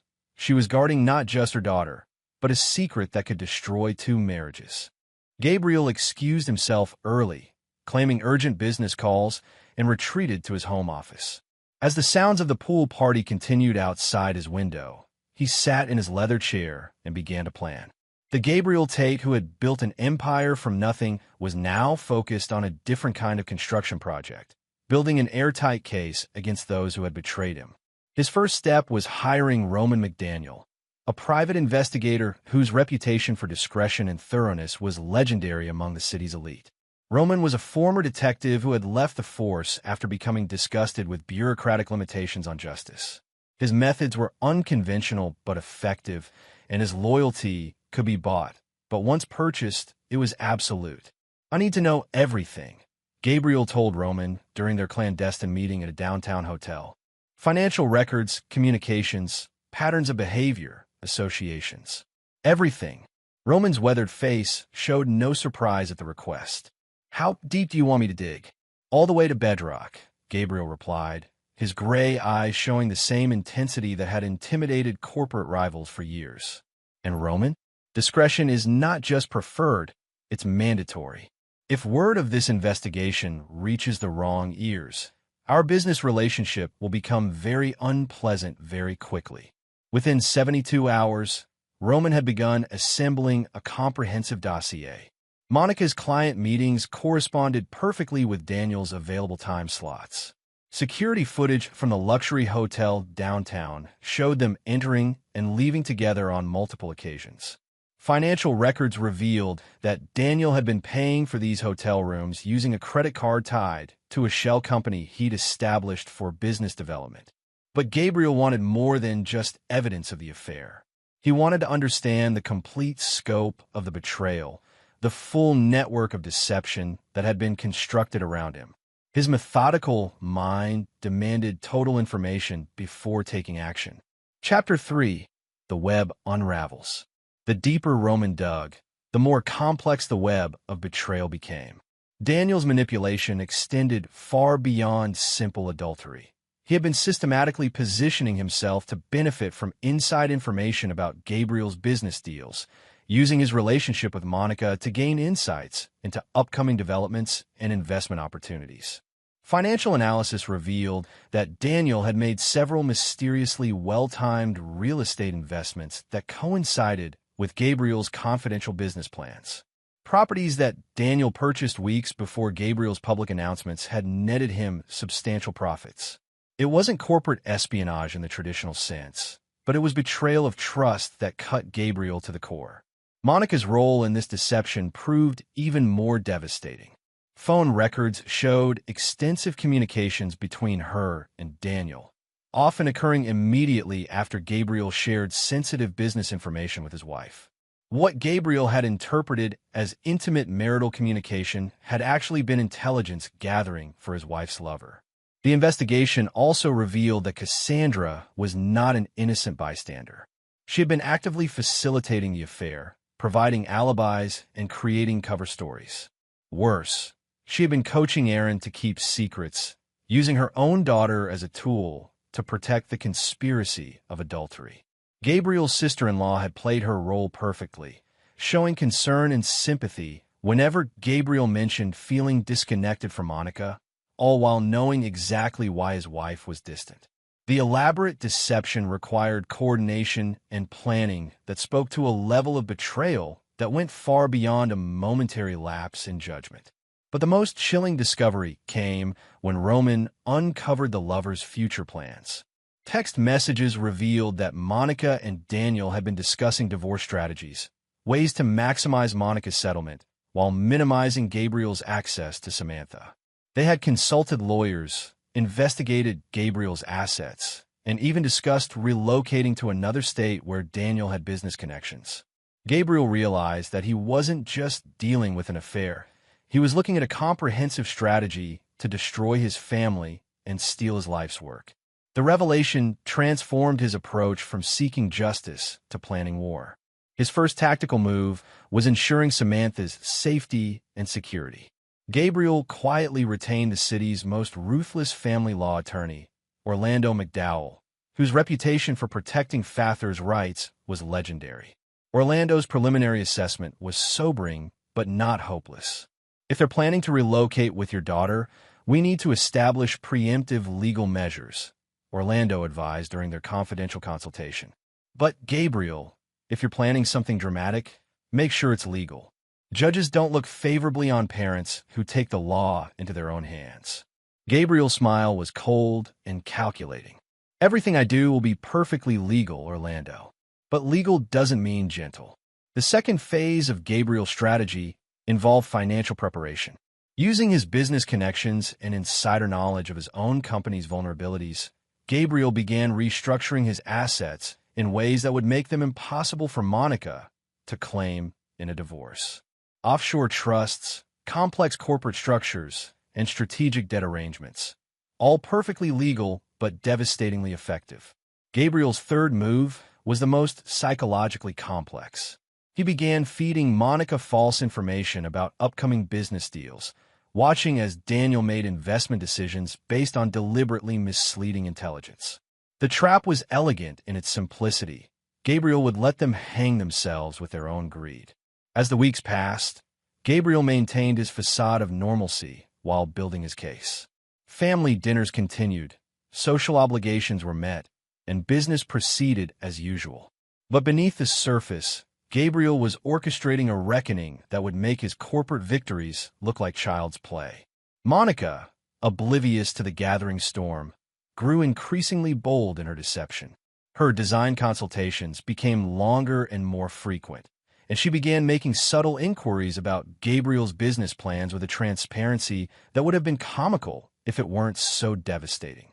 Daniel, flush with confidence from his successful insider trading, began expanding his operations. He purchased a luxury cabin in the mountains, ostensibly for business retreats, but actually intended as a love nest where he and Monica could plan their future together. Neither Monica nor Daniel understood that Gabriel Tate was not just a successful businessman. He was a predator who had built his empire by identifying weaknesses and exploiting them without mercy. They had made the fatal mistake of believing his public persona of civilized respectability reflected the totality of his capabilities. As Gabriel sat in his office, reviewing Roman's latest intelligence reports, he allowed himself a moment of cold satisfaction. The pieces were in place, the trap was set, and soon his betrayers would discover that Gabriel Tate never forgave, never forgot, and never left a debt unpaid. Chapter 4. The Architect of Destruction. 3 months after Aaron's revelation, Gabriel had transformed from a betrayed husband into something far more dangerous. A master strategist with unlimited resources and an absolute commitment to destruction. His campaign against Monica and Daniel had evolved beyond simple revenge into what military strategists would recognize as total warfare. Gabriel's first major offensive struck Daniel's professional reputation. Using his extensive network of business contacts, Gabriel began systematically undermining Daniel's real estate transactions. Potential buyers received anonymous tips about property defects. Sellers were warned about Daniel's questionable business practices. Financial institutions suddenly became reluctant to approve mortgages for Daniel's clients, citing irregularities in his documentation. The beauty of Gabriel's assault lay in its subtlety. Daniel couldn't identify a specific source of his mounting professional difficulties. Deals that should have closed smoothly began falling apart for seemingly random reasons. His commission income plummeted as clients grew frustrated with delays and complications that appeared to follow Daniel wherever he went. Meanwhile, Gabriel was executing a more personal strategy against Monica. He commissioned Terrence Stewart, a renowned private investigator specializing in digital forensics, to construct a comprehensive archive of Monica's infidelity. Every hotel visit, every clandestine meeting, every lie told to family and friends was documented with forensic precision. But Gabriel's masterpiece was psychological warfare. He began incorporating subtle references to loyalty and betrayal into his conversations with Monica, watching her squirm with guilt and paranoia. He started leaving magazines open to articles about divorce settlements, custody battles, and business partnerships destroyed by infidelity. He purchased books about trust and deception, leaving them strategically placed around the house. "You seem stressed lately," Gabriel observed one evening as Monica struggled to focus on dinner conversation. "Is everything all right with your business?" Monica's fork trembled slightly as she responded, "Just the usual client pressures. You know how demanding the luxury market can be." Gabriel nodded sympathetically while mentally cataloging her increased alcohol consumption, her difficulty sleeping, and her growing irritability with Samantha. The psychological pressure was beginning to fracture Monica's composure, exactly as Gabriel had calculated. The most devastating component of Gabriel's strategy targeted the collaborative nature of Monica and Daniel's deception.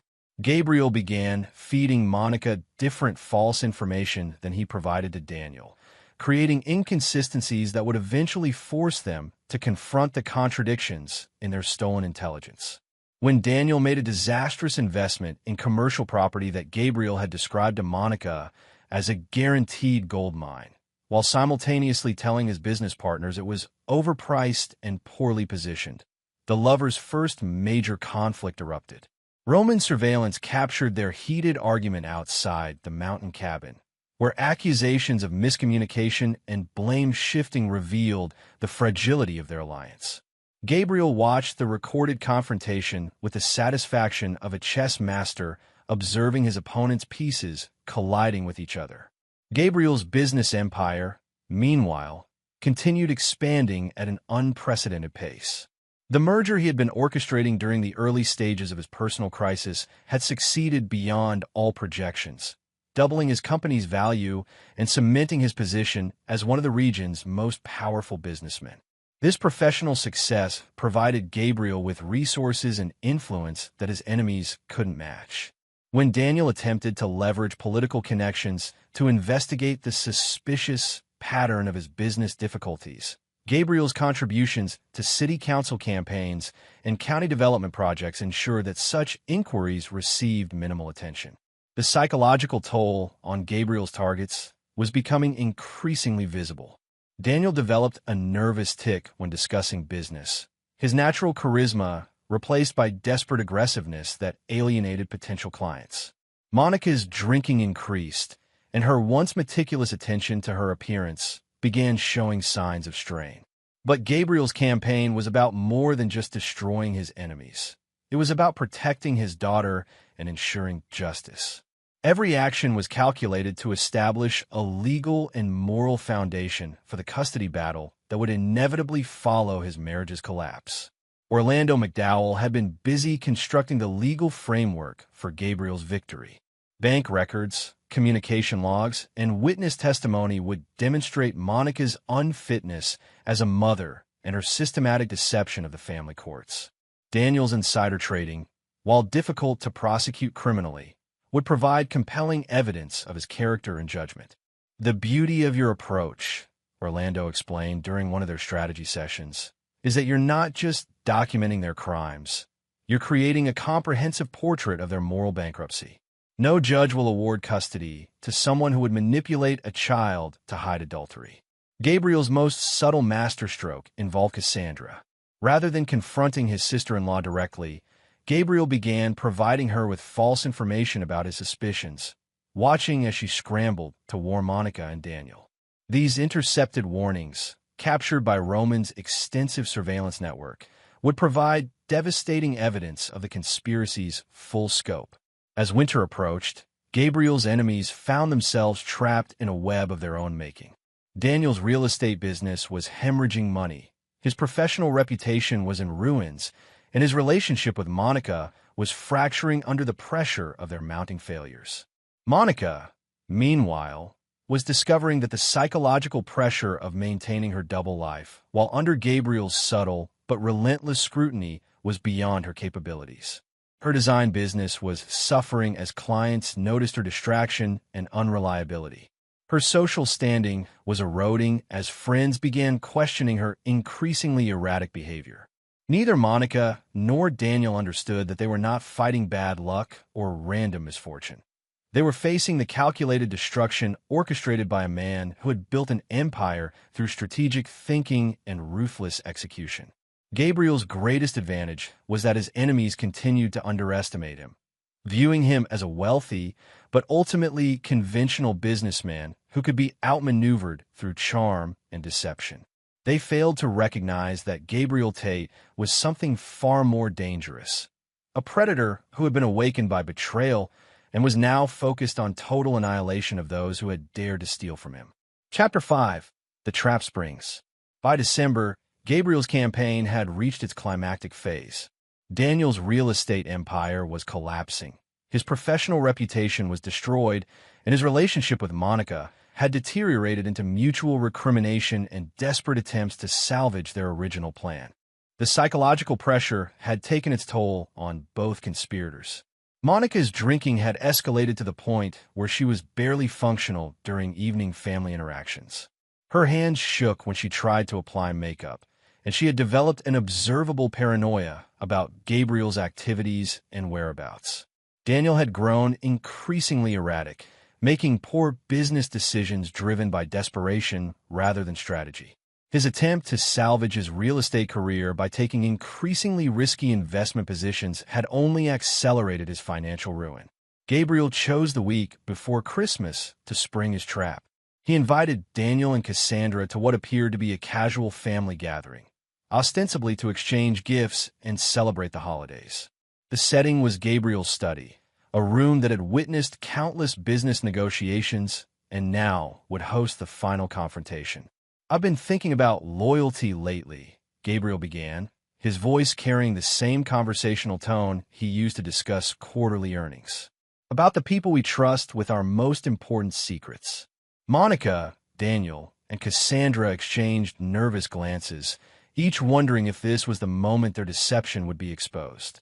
Gabriel continued, seemingly oblivious to the tension.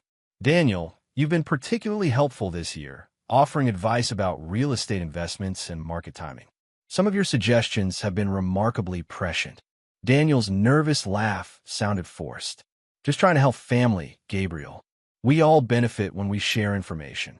"Exactly," Gabriel agreed, his gray eyes fixing on Daniel with laser intensity. "Sharing information. Like when I mentioned a riverside development opportunity 3 months ago, the one you invested so heavily in."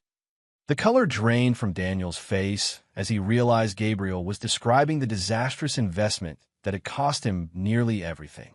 "The interesting thing about that development," Gabriel continued, "is that I never actually planned to pursue it.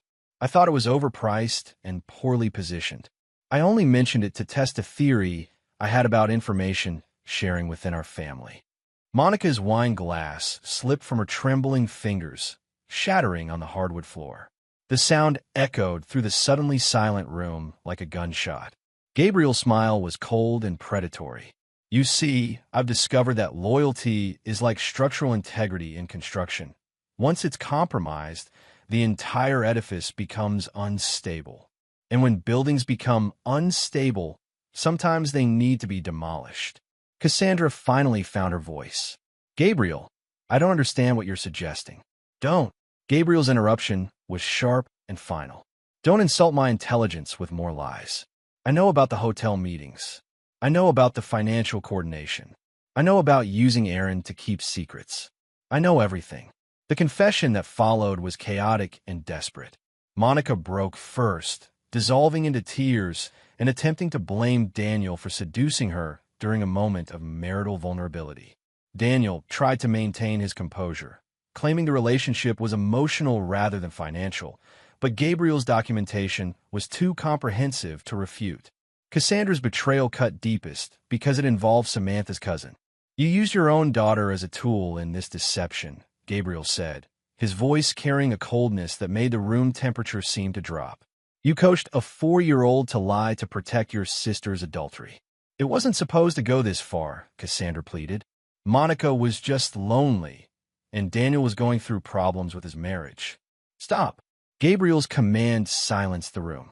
"I'm not interested in your justifications. I'm interested in consequences." Gabriel then revealed the full scope of his knowledge and preparation. Financial records, photographs, recorded conversations, witness statements. The evidence was overwhelming and meticulously organized. But more importantly, Gabriel had already taken legal action to protect himself and Samantha.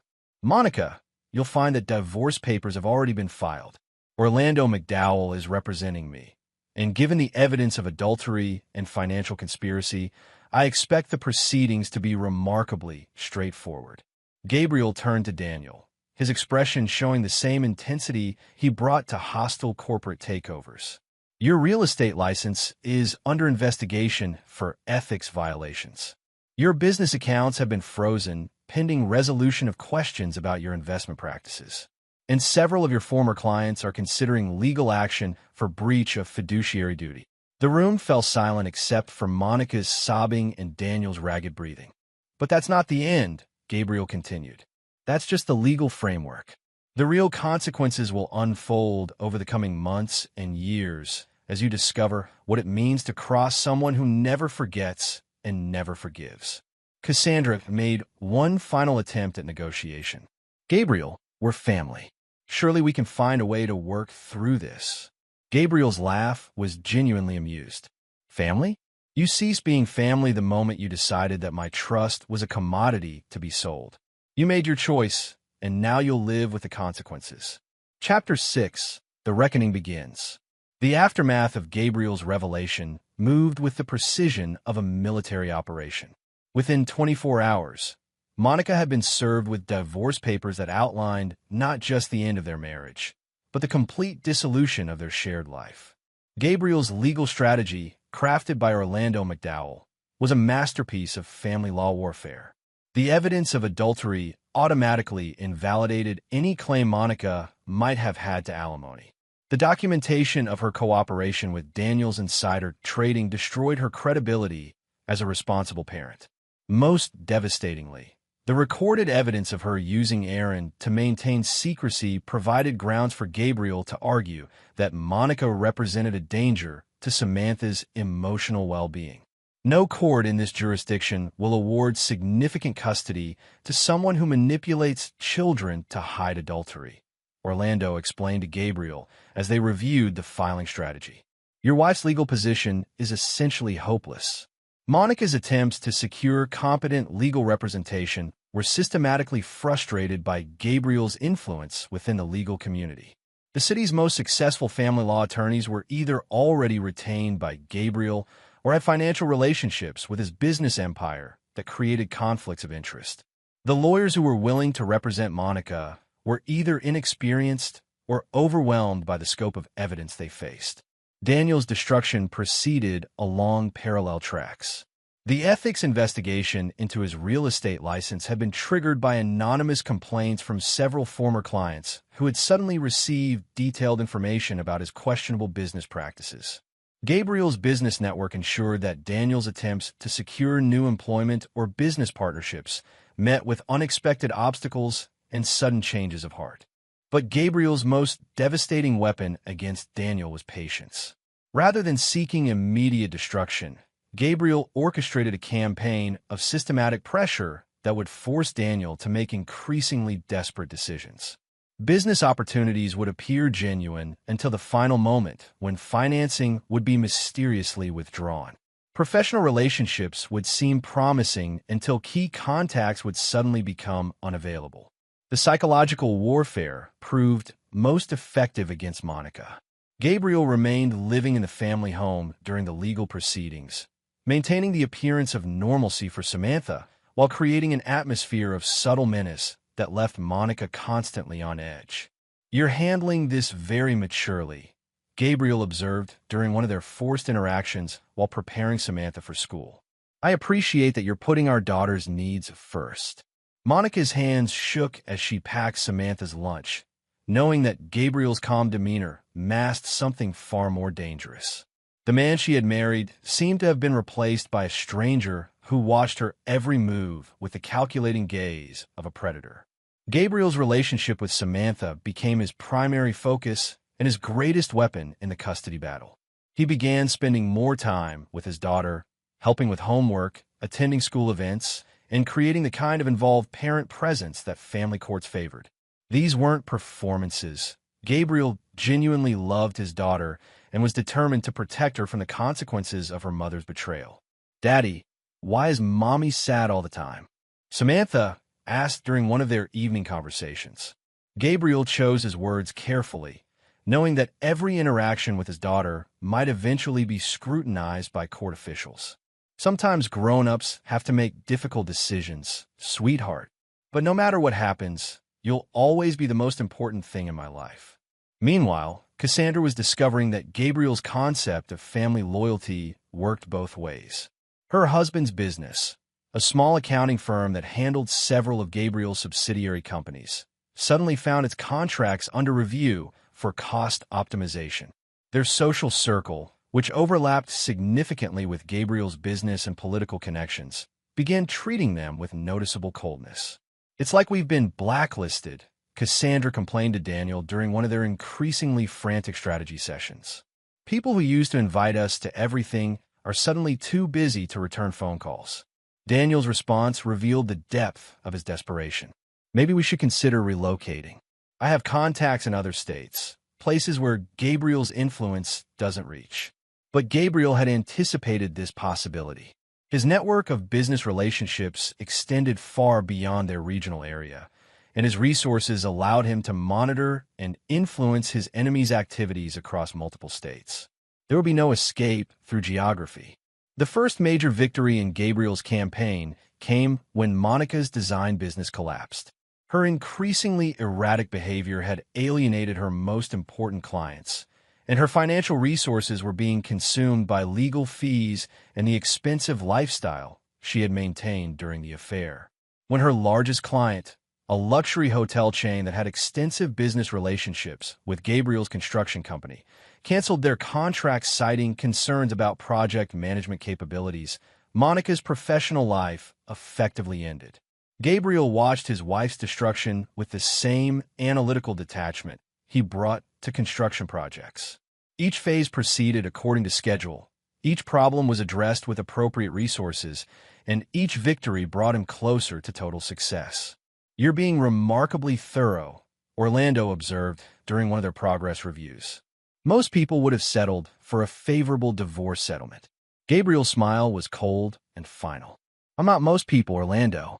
When someone betrays me, they don't get to walk away and start over somewhere else.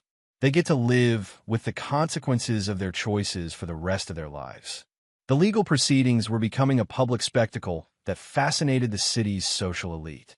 Gabriel's reputation as a ruthless businessman was now enhanced by his performance as a betrayed husband who refused to be victimized. His methodical destruction of his enemies was viewed with a mixture of fear and admiration by those who observed it. As winter deepened, Gabriel's enemies found themselves trapped in an increasingly desperate situation with no viable escape routes. Their financial resources were depleted, their professional reputations were destroyed, and their personal relationships were fracturing under the pressure of Gabriel's relentless campaign. But Gabriel was far from finished. The legal and financial destruction was just the foundation for a more comprehensive reckoning that would ensure his enemies never recovered from their betrayal. Chapter 7. The Final Pieces. Spring brought the culmination of Gabriel's methodical destruction campaign. The divorce proceedings had become a legal massacre, with Monica's attorneys essentially conceding defeat on every major issue. Custody, property division, and financial support all had been decided in Gabriel's favor with such completeness that Monica's legal team was focusing solely on damage control. Daniel's situation had deteriorated beyond mere professional ruin. His real estate license had been revoked following the ethics investigation. His business assets had been liquidated to pay mounting debts, and his marriage to Cassandra was disintegrating under the financial and emotional pressure. The mountain cabin where he and Monica had planned their future together had been foreclosed upon, and Daniel was living in a modest apartment paid for by Cassandra's dwindling savings. But Gabriel's most sophisticated revenge was yet to be revealed. Throughout the winter, he had been constructing a business opportunity that would serve as the final trap for his enemies. Using shell companies and intermediary contacts, Gabriel created the appearance of a legitimate real estate development project that would require precisely the kind of expertise that Daniel desperately needed to demonstrate. The bait was irresistible, a luxury resort development in a neighboring state, backed by investors who claimed to be impressed by Daniel's previous work and willing to overlook his recent difficulties. The project offered not just employment, but partnership opportunities that could restore Daniel's financial position and professional reputation. Gabriel watched with cold satisfaction as Daniel threw himself into the opportunity with desperate enthusiasm. Phone calls, meetings, preliminary planning sessions. Daniel invested weeks of unpaid work developing proposals and strategic plans for the fictional development project. The revelation came during what Daniel believed was the final contract signing meeting. Instead of investors and development partners, Daniel found himself facing Gabriel in the conference room of a downtown hotel. "You really thought you could steal from me and then just start over somewhere else," Gabriel observed, his voice carrying the same conversational tone he had used during their family dinners. "You thought that charm and manipulation would be enough to overcome the consequences of betrayal." Daniel's face cycled through confusion, realization, and finally desperate anger. "You bastard. This was all fake." "The opportunity was fake," Gabriel corrected. "But the lesson is very real. I told you that I never forget and never forgive. This is what that looks like." Gabriel then revealed the full scope of his manipulation. Every contact Daniel had made, every meeting he had attended, every hope he had developed, all had been orchestrated by Gabriel's network of business associates and private investigators. The weeks of unpaid work, the emotional investment, the growing hope for redemption, all had been carefully constructed illusions designed to waste Daniel's time and crush his spirit. "But that's not all," Gabriel continued.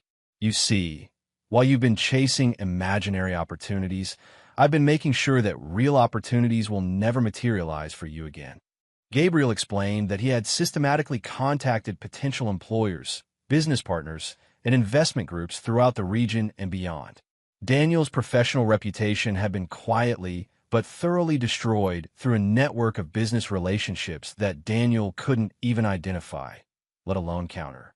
"You'll find that everywhere you go, people will have heard about your ethics problems, your financial difficulties, and your questionable judgment.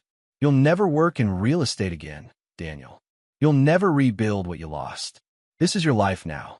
The psychological impact was devastating. Daniel's desperate attempt to attack Gabriel physically was easily avoided. Gabriel had anticipated this possibility and had arranged for hotel security to be immediately available. Daniel's escort from the building marked the end of his last hope for professional redemption. Meanwhile, Monica was facing her own final reckoning. The divorce settlement had left her with minimal assets and no source of income. Her attempts to rebuild her design business were frustrated by the same network effects that had destroyed Daniel. Gabriel's influence within the luxury market ensured that potential clients would hear about her reliability issues and personal problems. But Gabriel's masterpiece was psychological rather than financial. He arranged for Monica to receive detailed documentation of his entire campaign against her and Daniel. The surveillance reports, the financial records, the recorded conversations, the evidence of manipulation and planning that had led to their destruction. "I want you to understand exactly how thoroughly you were defeated," Gabriel explained during their final private conversation. "I want you to know that every setback, every failure, every moment of despair was the result of my deliberate action. You didn't just make bad choices. You were outmaneuvered by someone who is better at this game than you could ever imagine." Monica's response was incoherent sobbing and desperate pleading for mercy, for a chance to start over, for some path toward redemption. Gabriel listened with the same detached attention he gave to construction reports. "The time for mercy was when you decided to betray me," Gabriel responded. "You chose to steal from me, to lie to me, to use my own daughter's cousin as a tool in your deception. These are the consequences of those choices." Gabriel's treatment of Cassandra was equally methodical. Her husband's accounting business had been systematically destroyed through the loss of Gabriel's contracts and the influence of Gabriel's business network. Their social isolation was complete, Former friends avoided them, and new relationships were poisoned by carefully placed information about their role in the conspiracy. You used your own daughter to protect a lie, Gabriel reminded Cassandra during their confrontation. You taught a 4-year-old to keep secrets that could have destroyed her family. What kind of mother does that? Cassandra's attempts to justify her actions fell on deaf ears. Gabriel had long since moved beyond anger or hurt. He was operating in a realm of pure calculation where actions had consequences and betrayal carried a permanent price. The legal proceedings concluded with a finality that left no room for appeal or negotiation. Gabriel received full custody of Samantha, retained all significant marital assets, and secured restraining orders that would prevent Monica from interfering with his and Samantha's new life. Chapter 8. Samantha's Choice. The custody arrangement that emerged from the divorce proceedings reflected Gabriel's complete victory, but it also presented him with the most delicate challenge of his entire campaign. Samantha, now 8 years old, was old enough to understand that her family had been destroyed, but too young to comprehend the complex moral and legal issues that had led to that destruction. Gabriel's approach to his daughter required the same strategic thinking he had applied to destroying his enemies, but with an entirely different objective. Where he had sought to crush Monica and Daniel, he needed to protect and nurture Samantha while ensuring she understood the lessons about loyalty, trust, and consequences that would shape her character. "Daddy, will I see Mommy again?" Samantha asked during one of their evening conversations in Gabriel's study. The room where he had confronted his betrayers had been transformed into a warm space where father and daughter could talk openly about difficult subjects. Gabriel chose his words with the same precision he used in business negotiations. "Your mother made some choices that hurt our family very badly, sweetheart. The court decided that you would be safer and happier living with me most of the time. But I miss her," Samantha said, her green eyes, so much like Monica's, filling with tears. Gabriel felt a moment of genuine pain for his daughter's suffering, but his resolve remained absolute. "I know you do, and it's okay to miss her. But sometimes people we love do things that make it impossible for us to trust them anymore." Gabriel had spent months working with child psychologists to develop an approach that would help Samantha understand the situation without traumatizing her or turning her against her mother unnecessarily. The goal was not to make Samantha hate Monica, but to help her understand the importance of integrity and loyalty in relationships. The supervised visitation arrangements that the court had mandated allowed Monica to see Samantha twice a month for 4 hours at a time, but these meetings were monitored by court-appointed officials. Gabriel used these visits as teaching opportunities, helping Samantha process her emotions and understand the difference between loving someone and trusting them. "People can change," Gabriel explained to Samantha after one particularly difficult visitation session where Monica had been visibly intoxicated. "But they have to choose to change, and they have to prove that they've changed through their actions, not just their words." Gabriel's relationship with Samantha deepened as they navigated this challenging period together. He discovered that his daughter had inherited not just his intelligence and strategic thinking, but also his capacity for fierce loyalty and his intolerance for betrayal. The transformation became apparent during a family gathering at Gabriel's parents' house, where some relatives had suggested that perhaps Gabriel was being too harsh in his treatment of Monica and that families should forgive and move forward. 8-year-old Samantha listened to these conversations with growing agitation before finally speaking up with a clarity that stunned the adult relatives. "Mommy lied to Daddy and to me," Samantha said, her voice carrying an echo of Gabriel's own certainty. "She made Cousin Aaron keep secrets that hurt her tummy. She chose someone else over our family. Why should we trust her again?" Gabriel felt a moment of fierce pride combined with concern about his daughter's emerging hardness. She was developing the same uncompromising standards that had made Gabriel successful in business, but he worried about the emotional cost of such rigidity in personal relationships. "Samantha," Gabriel said gently, "it's important to understand that people make mistakes, and sometimes we can forgive them. But some mistakes show us who people really are, and we have to protect ourselves from being hurt again. As months passed, Gabriel observed his daughter's interactions with Monica during the supervised visits. Samantha was polite but distant, answering questions but not volunteering information about her life with Gabriel. She showed no interest in the gifts Monica brought or the activities Monica suggested. During one visit, Monica made the mistake of trying to explain her behavior to Samantha, offering justifications about being lonely and confused during her marriage to Gabriel. Samantha's response was devastating in its simplicity. "Daddy was lonely too, but he didn't lie to us." Gabriel received reports of these interactions from the court-appointed supervisor, who noted that Samantha seemed to have made a clear emotional choice about which parent she trusted and respected. The 8-year-old was demonstrating the same unforgiving judgment that had made Gabriel so formidable in business. The psychological evaluations that were part of the custody proceedings confirmed what Gabriel already knew. Samantha was thriving in his care while showing signs of anxiety and distress during visits with Monica. The child psychologist noted that Samantha had developed a sophisticated understanding of trust and betrayal that was unusual for her age. "She's remarkable," Dr. Angela Dixon, the court-appointed child psychologist, told Gabriel during one of their consultation sessions. "Her emotional intelligence is extraordinary, but I'm concerned about her developing an overly rigid view of human relationships." Gabriel considered this feedback carefully. He wanted Samantha to be strong and discerning, but he didn't want her to become incapable of forming intimate relationships or trusting anyone. "Samantha," Gabriel said during one of their evening talks, "I want you to understand something important. What happened with your mother was very unusual. Most people are trustworthy and loyal. You don't have to be suspicious of everyone just because some people can't be trusted." Samantha nodded solemnly, but Gabriel could see that she was processing these concepts through the lens of her own experience. She had learned, at age 8, that even people who claim to love you can betray you in devastating ways. The final test of Samantha's emerging character came when Monica, desperate to rebuild their relationship, offered to take Samantha on a vacation trip to Disney World during one of their supervised visits. Samantha's response was immediate and final. "I don't want to go anywhere with you. I want to stay with Daddy." Gabriel watched this interaction through the one-way mirror in the supervised visitation facility, feeling a complex mixture of satisfaction and sadness. His daughter had made her choice, and it was the same choice Gabriel had made.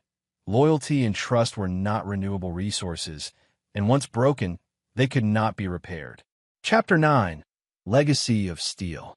2 years after the pool party that had revealed Monica's betrayal, Gabriel stood once again at his office window, but now the view carried different meanings. His empire had grown beyond all previous projections. His reputation as both a businessman and a father had been enhanced by his handling of the divorce, and his relationship with Samantha had become the foundation of his personal life. Samantha, now 10 years old, had developed into a remarkable young woman who combined Gabriel's strategic intelligence with a moral clarity that impressed everyone who met her.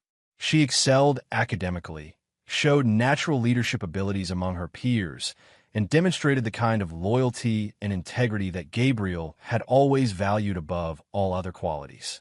"Daddy, my teacher wants to meet with you about the advanced program," Samantha announced as she entered Gabriel's office, her homework completed with the same methodical precision that Gabriel brought to construction projects. Gabriel smiled at his daughter, feeling the deep satisfaction that came from knowing he had successfully protected and nurtured the most important relationship in his life. "We'll schedule that meeting, sweetheart. I'm very proud of your hard work." The supervised visitation arrangements with Monica had gradually been reduced and eventually eliminated entirely as Monica's inability to maintain sobriety and stability became undeniable. Gabriel felt no satisfaction in Monica's continued struggles. He simply viewed them as the inevitable consequences of choices she had made years earlier. Daniel's fate had been sealed by his complete inability to rebuild any aspect of his former life.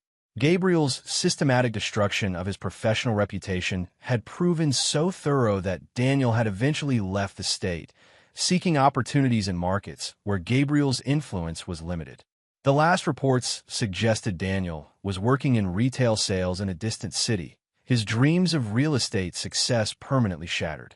Cassandra's family had also relocated, unable to endure the social and professional isolation that Gabriel's campaign had created. Her husband's accounting practice had never recovered from the loss of Gabriel's business, and their marriage had eventually collapsed under the financial and emotional pressure. Gabriel occasionally received updates about these former adversaries through his network of business contacts, but he felt no need to continue active measures against them. They had been effectively neutralized and removed from his sphere of influence. The lesson had been taught, and justice had been served. "Will you tell me about Mommy someday?" Samantha asked during one of their evening conversations, her question carrying more intellectual curiosity than emotional need. Gabriel considered his response carefully. Samantha was old enough now to understand more complex moral concepts, and Gabriel wanted her to learn from Monica's failure without becoming cynical about human relationships. "Your mother was someone who couldn't handle the responsibility that comes with loyalty and trust," Gabriel explained. "She chose immediate gratification over long-term commitment. She valued excitement over integrity. Those choices destroyed our family and hurt you, and that's something I'll never forgive." Samantha nodded thoughtfully. "But not everyone makes those choices." "No," Gabriel assured her. "Most people understand that relationships require sacrifice and commitment. Most people value trust more than they value temporary pleasure. You'll meet people who are worthy of your loyalty, Samantha, but you'll also need to be able to identify those who aren't." Gabriel had spent considerable time developing Samantha's ability to assess character and identify trustworthy people. Their conversations often involved analyzing the behavior of people in their social circle, discussing the difference between reliable and unreliable individuals, and exploring the concepts of loyalty, integrity, and consequences.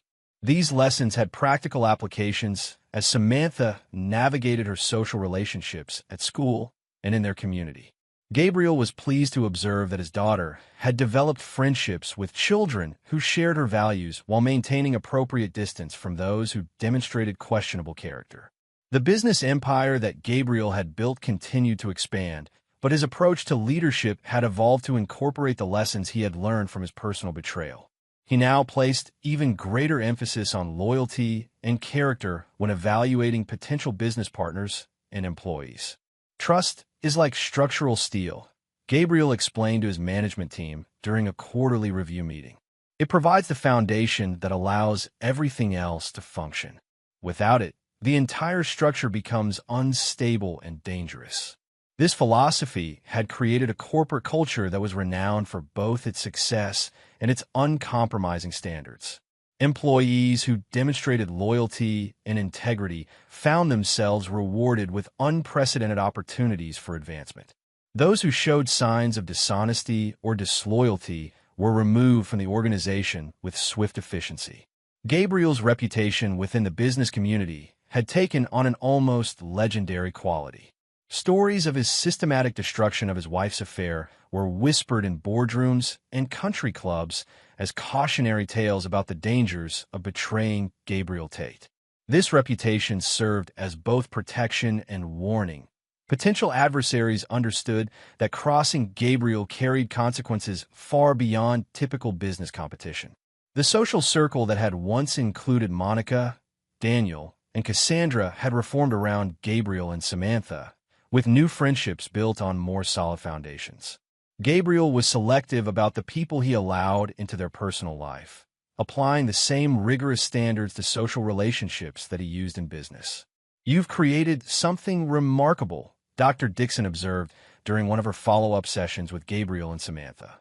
"Your relationship with your daughter is exceptionally strong, and she's developing into an extraordinary young woman. But I wonder sometimes if you've both become too insulated from the messiness of normal human relationships." Gabriel considered this feedback but ultimately rejected it. The messiness that Dr. Dixon described was often just another term for the lack of standards and accountability that had allowed Monica's betrayal to occur in the first place. Gabriel preferred clarity and certainty to the dangerous ambiguity of unconditional forgiveness. As evening approached, Gabriel and Samantha settled into their familiar routine of homework review, dinner conversation, and strategic games that challenged both their intellectual abilities. These moments represented the peace and security that Gabriel had fought to protect and preserve. "Daddy," Samantha said as they finished their chess game. She had won, demonstrating the same strategic thinking that had made Gabriel successful. "I'm glad Mommy made her choices." Gabriel looked at his daughter with surprise. "What do you mean, sweetheart? If she hadn't betrayed us, I might never have learned how important loyalty really is," Samantha explained with matter-of-fact clarity. "Now I know what real trust looks like, and I know what happens when people break it. I'll never make Mommy's mistakes." Gabriel felt a moment of profound satisfaction and concern. His daughter had learned the lessons he wanted to teach, but perhaps too well. She was developing the same unforgiving standards that had made Gabriel formidable, but had also isolated him from more conventional relationships. "Remember, Samantha," Gabriel said gently, "the goal isn't to be suspicious of everyone. The goal is to be wise about who deserves your trust, and to protect that trust once you've given it." As they prepared for bed, Gabriel reflected on the transformation that had occurred over the past 2 years. The man who had been betrayed by his wife had evolved into something stronger and more purposeful. The father who had nearly lost his daughter to a conspiracy of adultery had created an unbreakable bond based on shared values and mutual respect. Gabriel Tate had not just survived betrayal.